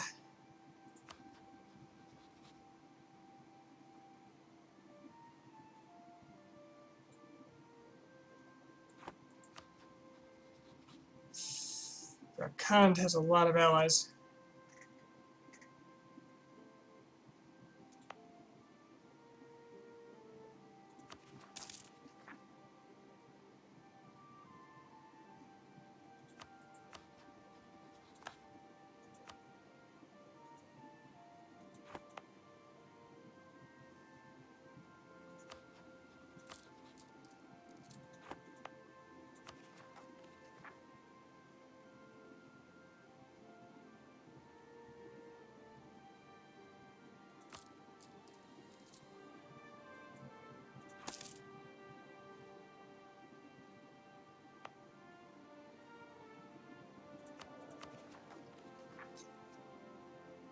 There we go. Suppress all the rebellions.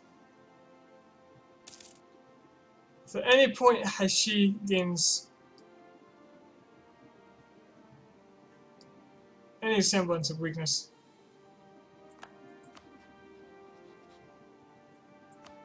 Or their alliance with Ming gets shaky. I'm going in for the kill.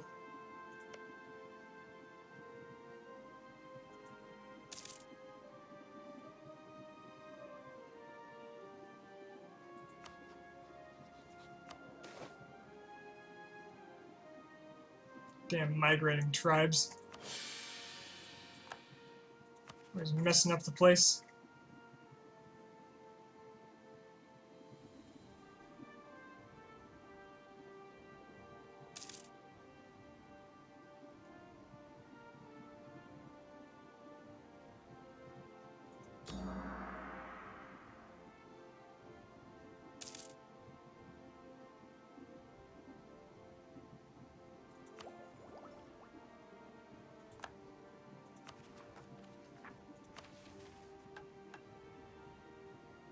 Love me some monastic education, but I need a theologian for that. Just haven't had the luck to get one.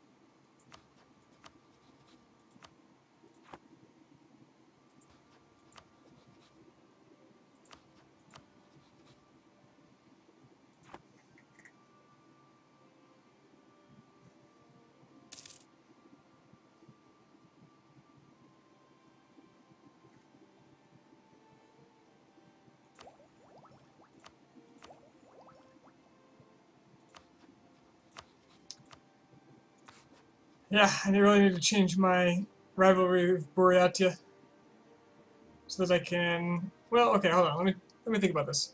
Would it be worth it? Buryatia has a truce with me until 1487. In 1481, I can make them not a rival.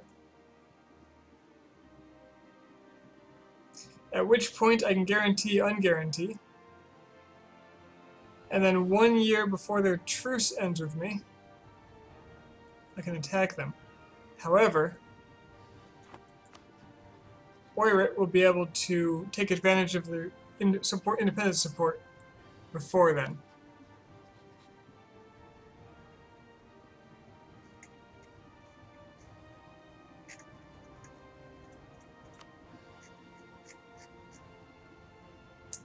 I may actually have to truce break to prevent that.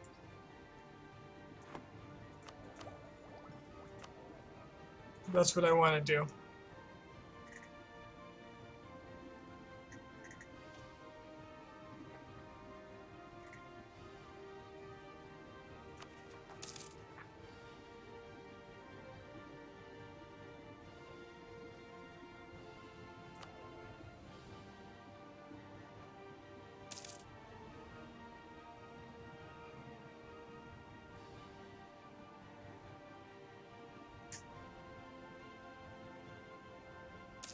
You had Euro Truck Simulator running for 3 days. The game is huge, isn't it? Kind of. How bad is it on the CPU?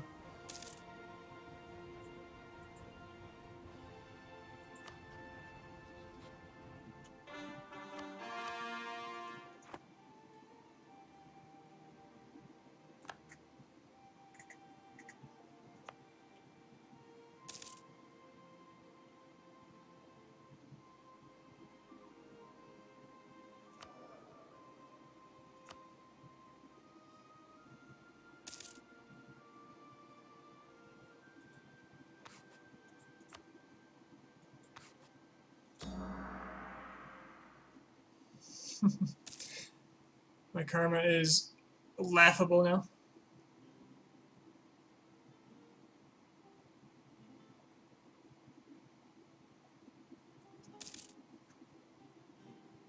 I really don't know how good an Alienware laptop would be. My only knowledge of Alienware is that it's marketed toward just specifically playing games, as far as I can tell.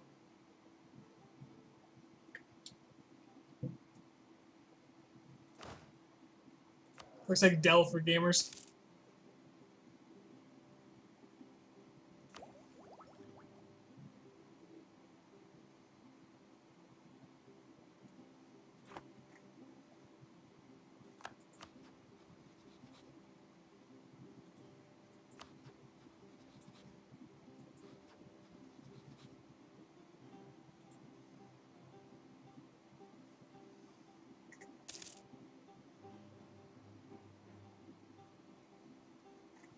Oh yeah, that's why I don't use a wireless. I don't use wireless anything. I don't even like to use Wi-Fi if I have a better option. Like, I spent a few summers with my computer on a Wi-Fi connection, like with a Wi-Fi dongle, and it would just cut out. The connection would get lost for whatever reason.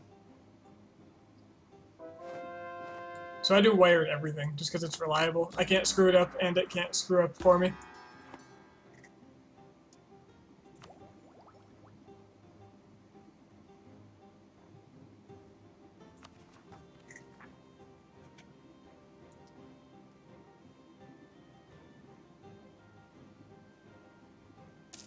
By claiming Alienware seems like Dell for gamers. I don't know if there's any truth to that. That's just how it appears to me.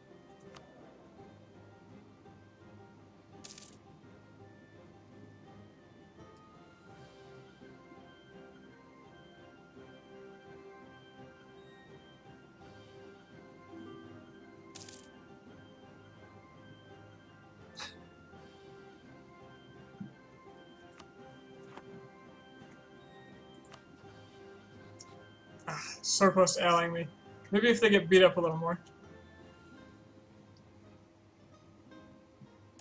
He's attacking the Timurids and then defending against Nogai. Ah, there we go. There's an alliance I can get behind. There we are. And hopefully he doesn't lose the alliance. Okay, he's gonna call me in. Against all of that. Holy crap, what did he do? He's gonna lose, but I'm not gonna get touched, so I'm gonna accept. Maybe Oirat will go out and lose some troops and lose some desire to fight against me.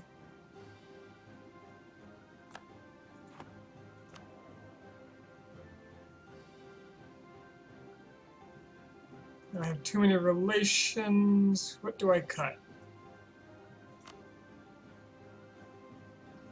The Caradel alliance seems pretty pointless. In fact, I could turn on them quite comfortably.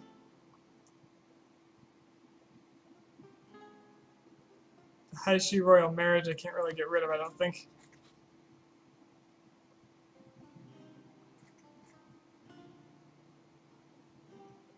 Let's wait 10 days and see.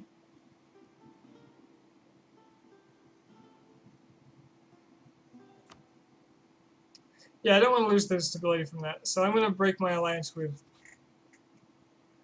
Caradel. Sorry, buddy, we found better options. Allied with Ladakh and Lanshan. Ladakh. Oh, who are you? Some Kashmiri. Alright, alright. Oh, he's not loyal, so he's not going to go fight at all.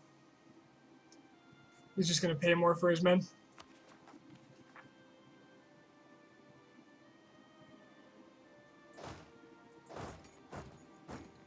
I don't think I need to pay my troops right now. Not at all. Earn up some money.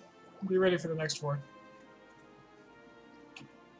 The next war, which will be declared likely tomorrow night, because I stayed up way later than I thought I was going to, considering I didn't think this run was going to go anywhere.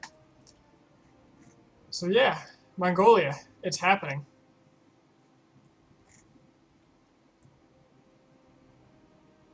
Next step, the world.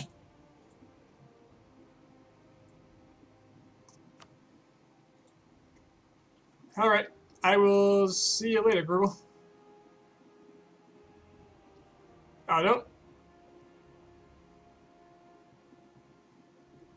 Gruggle, don't give me that technical bullshit. You know what I mean. Later, guys.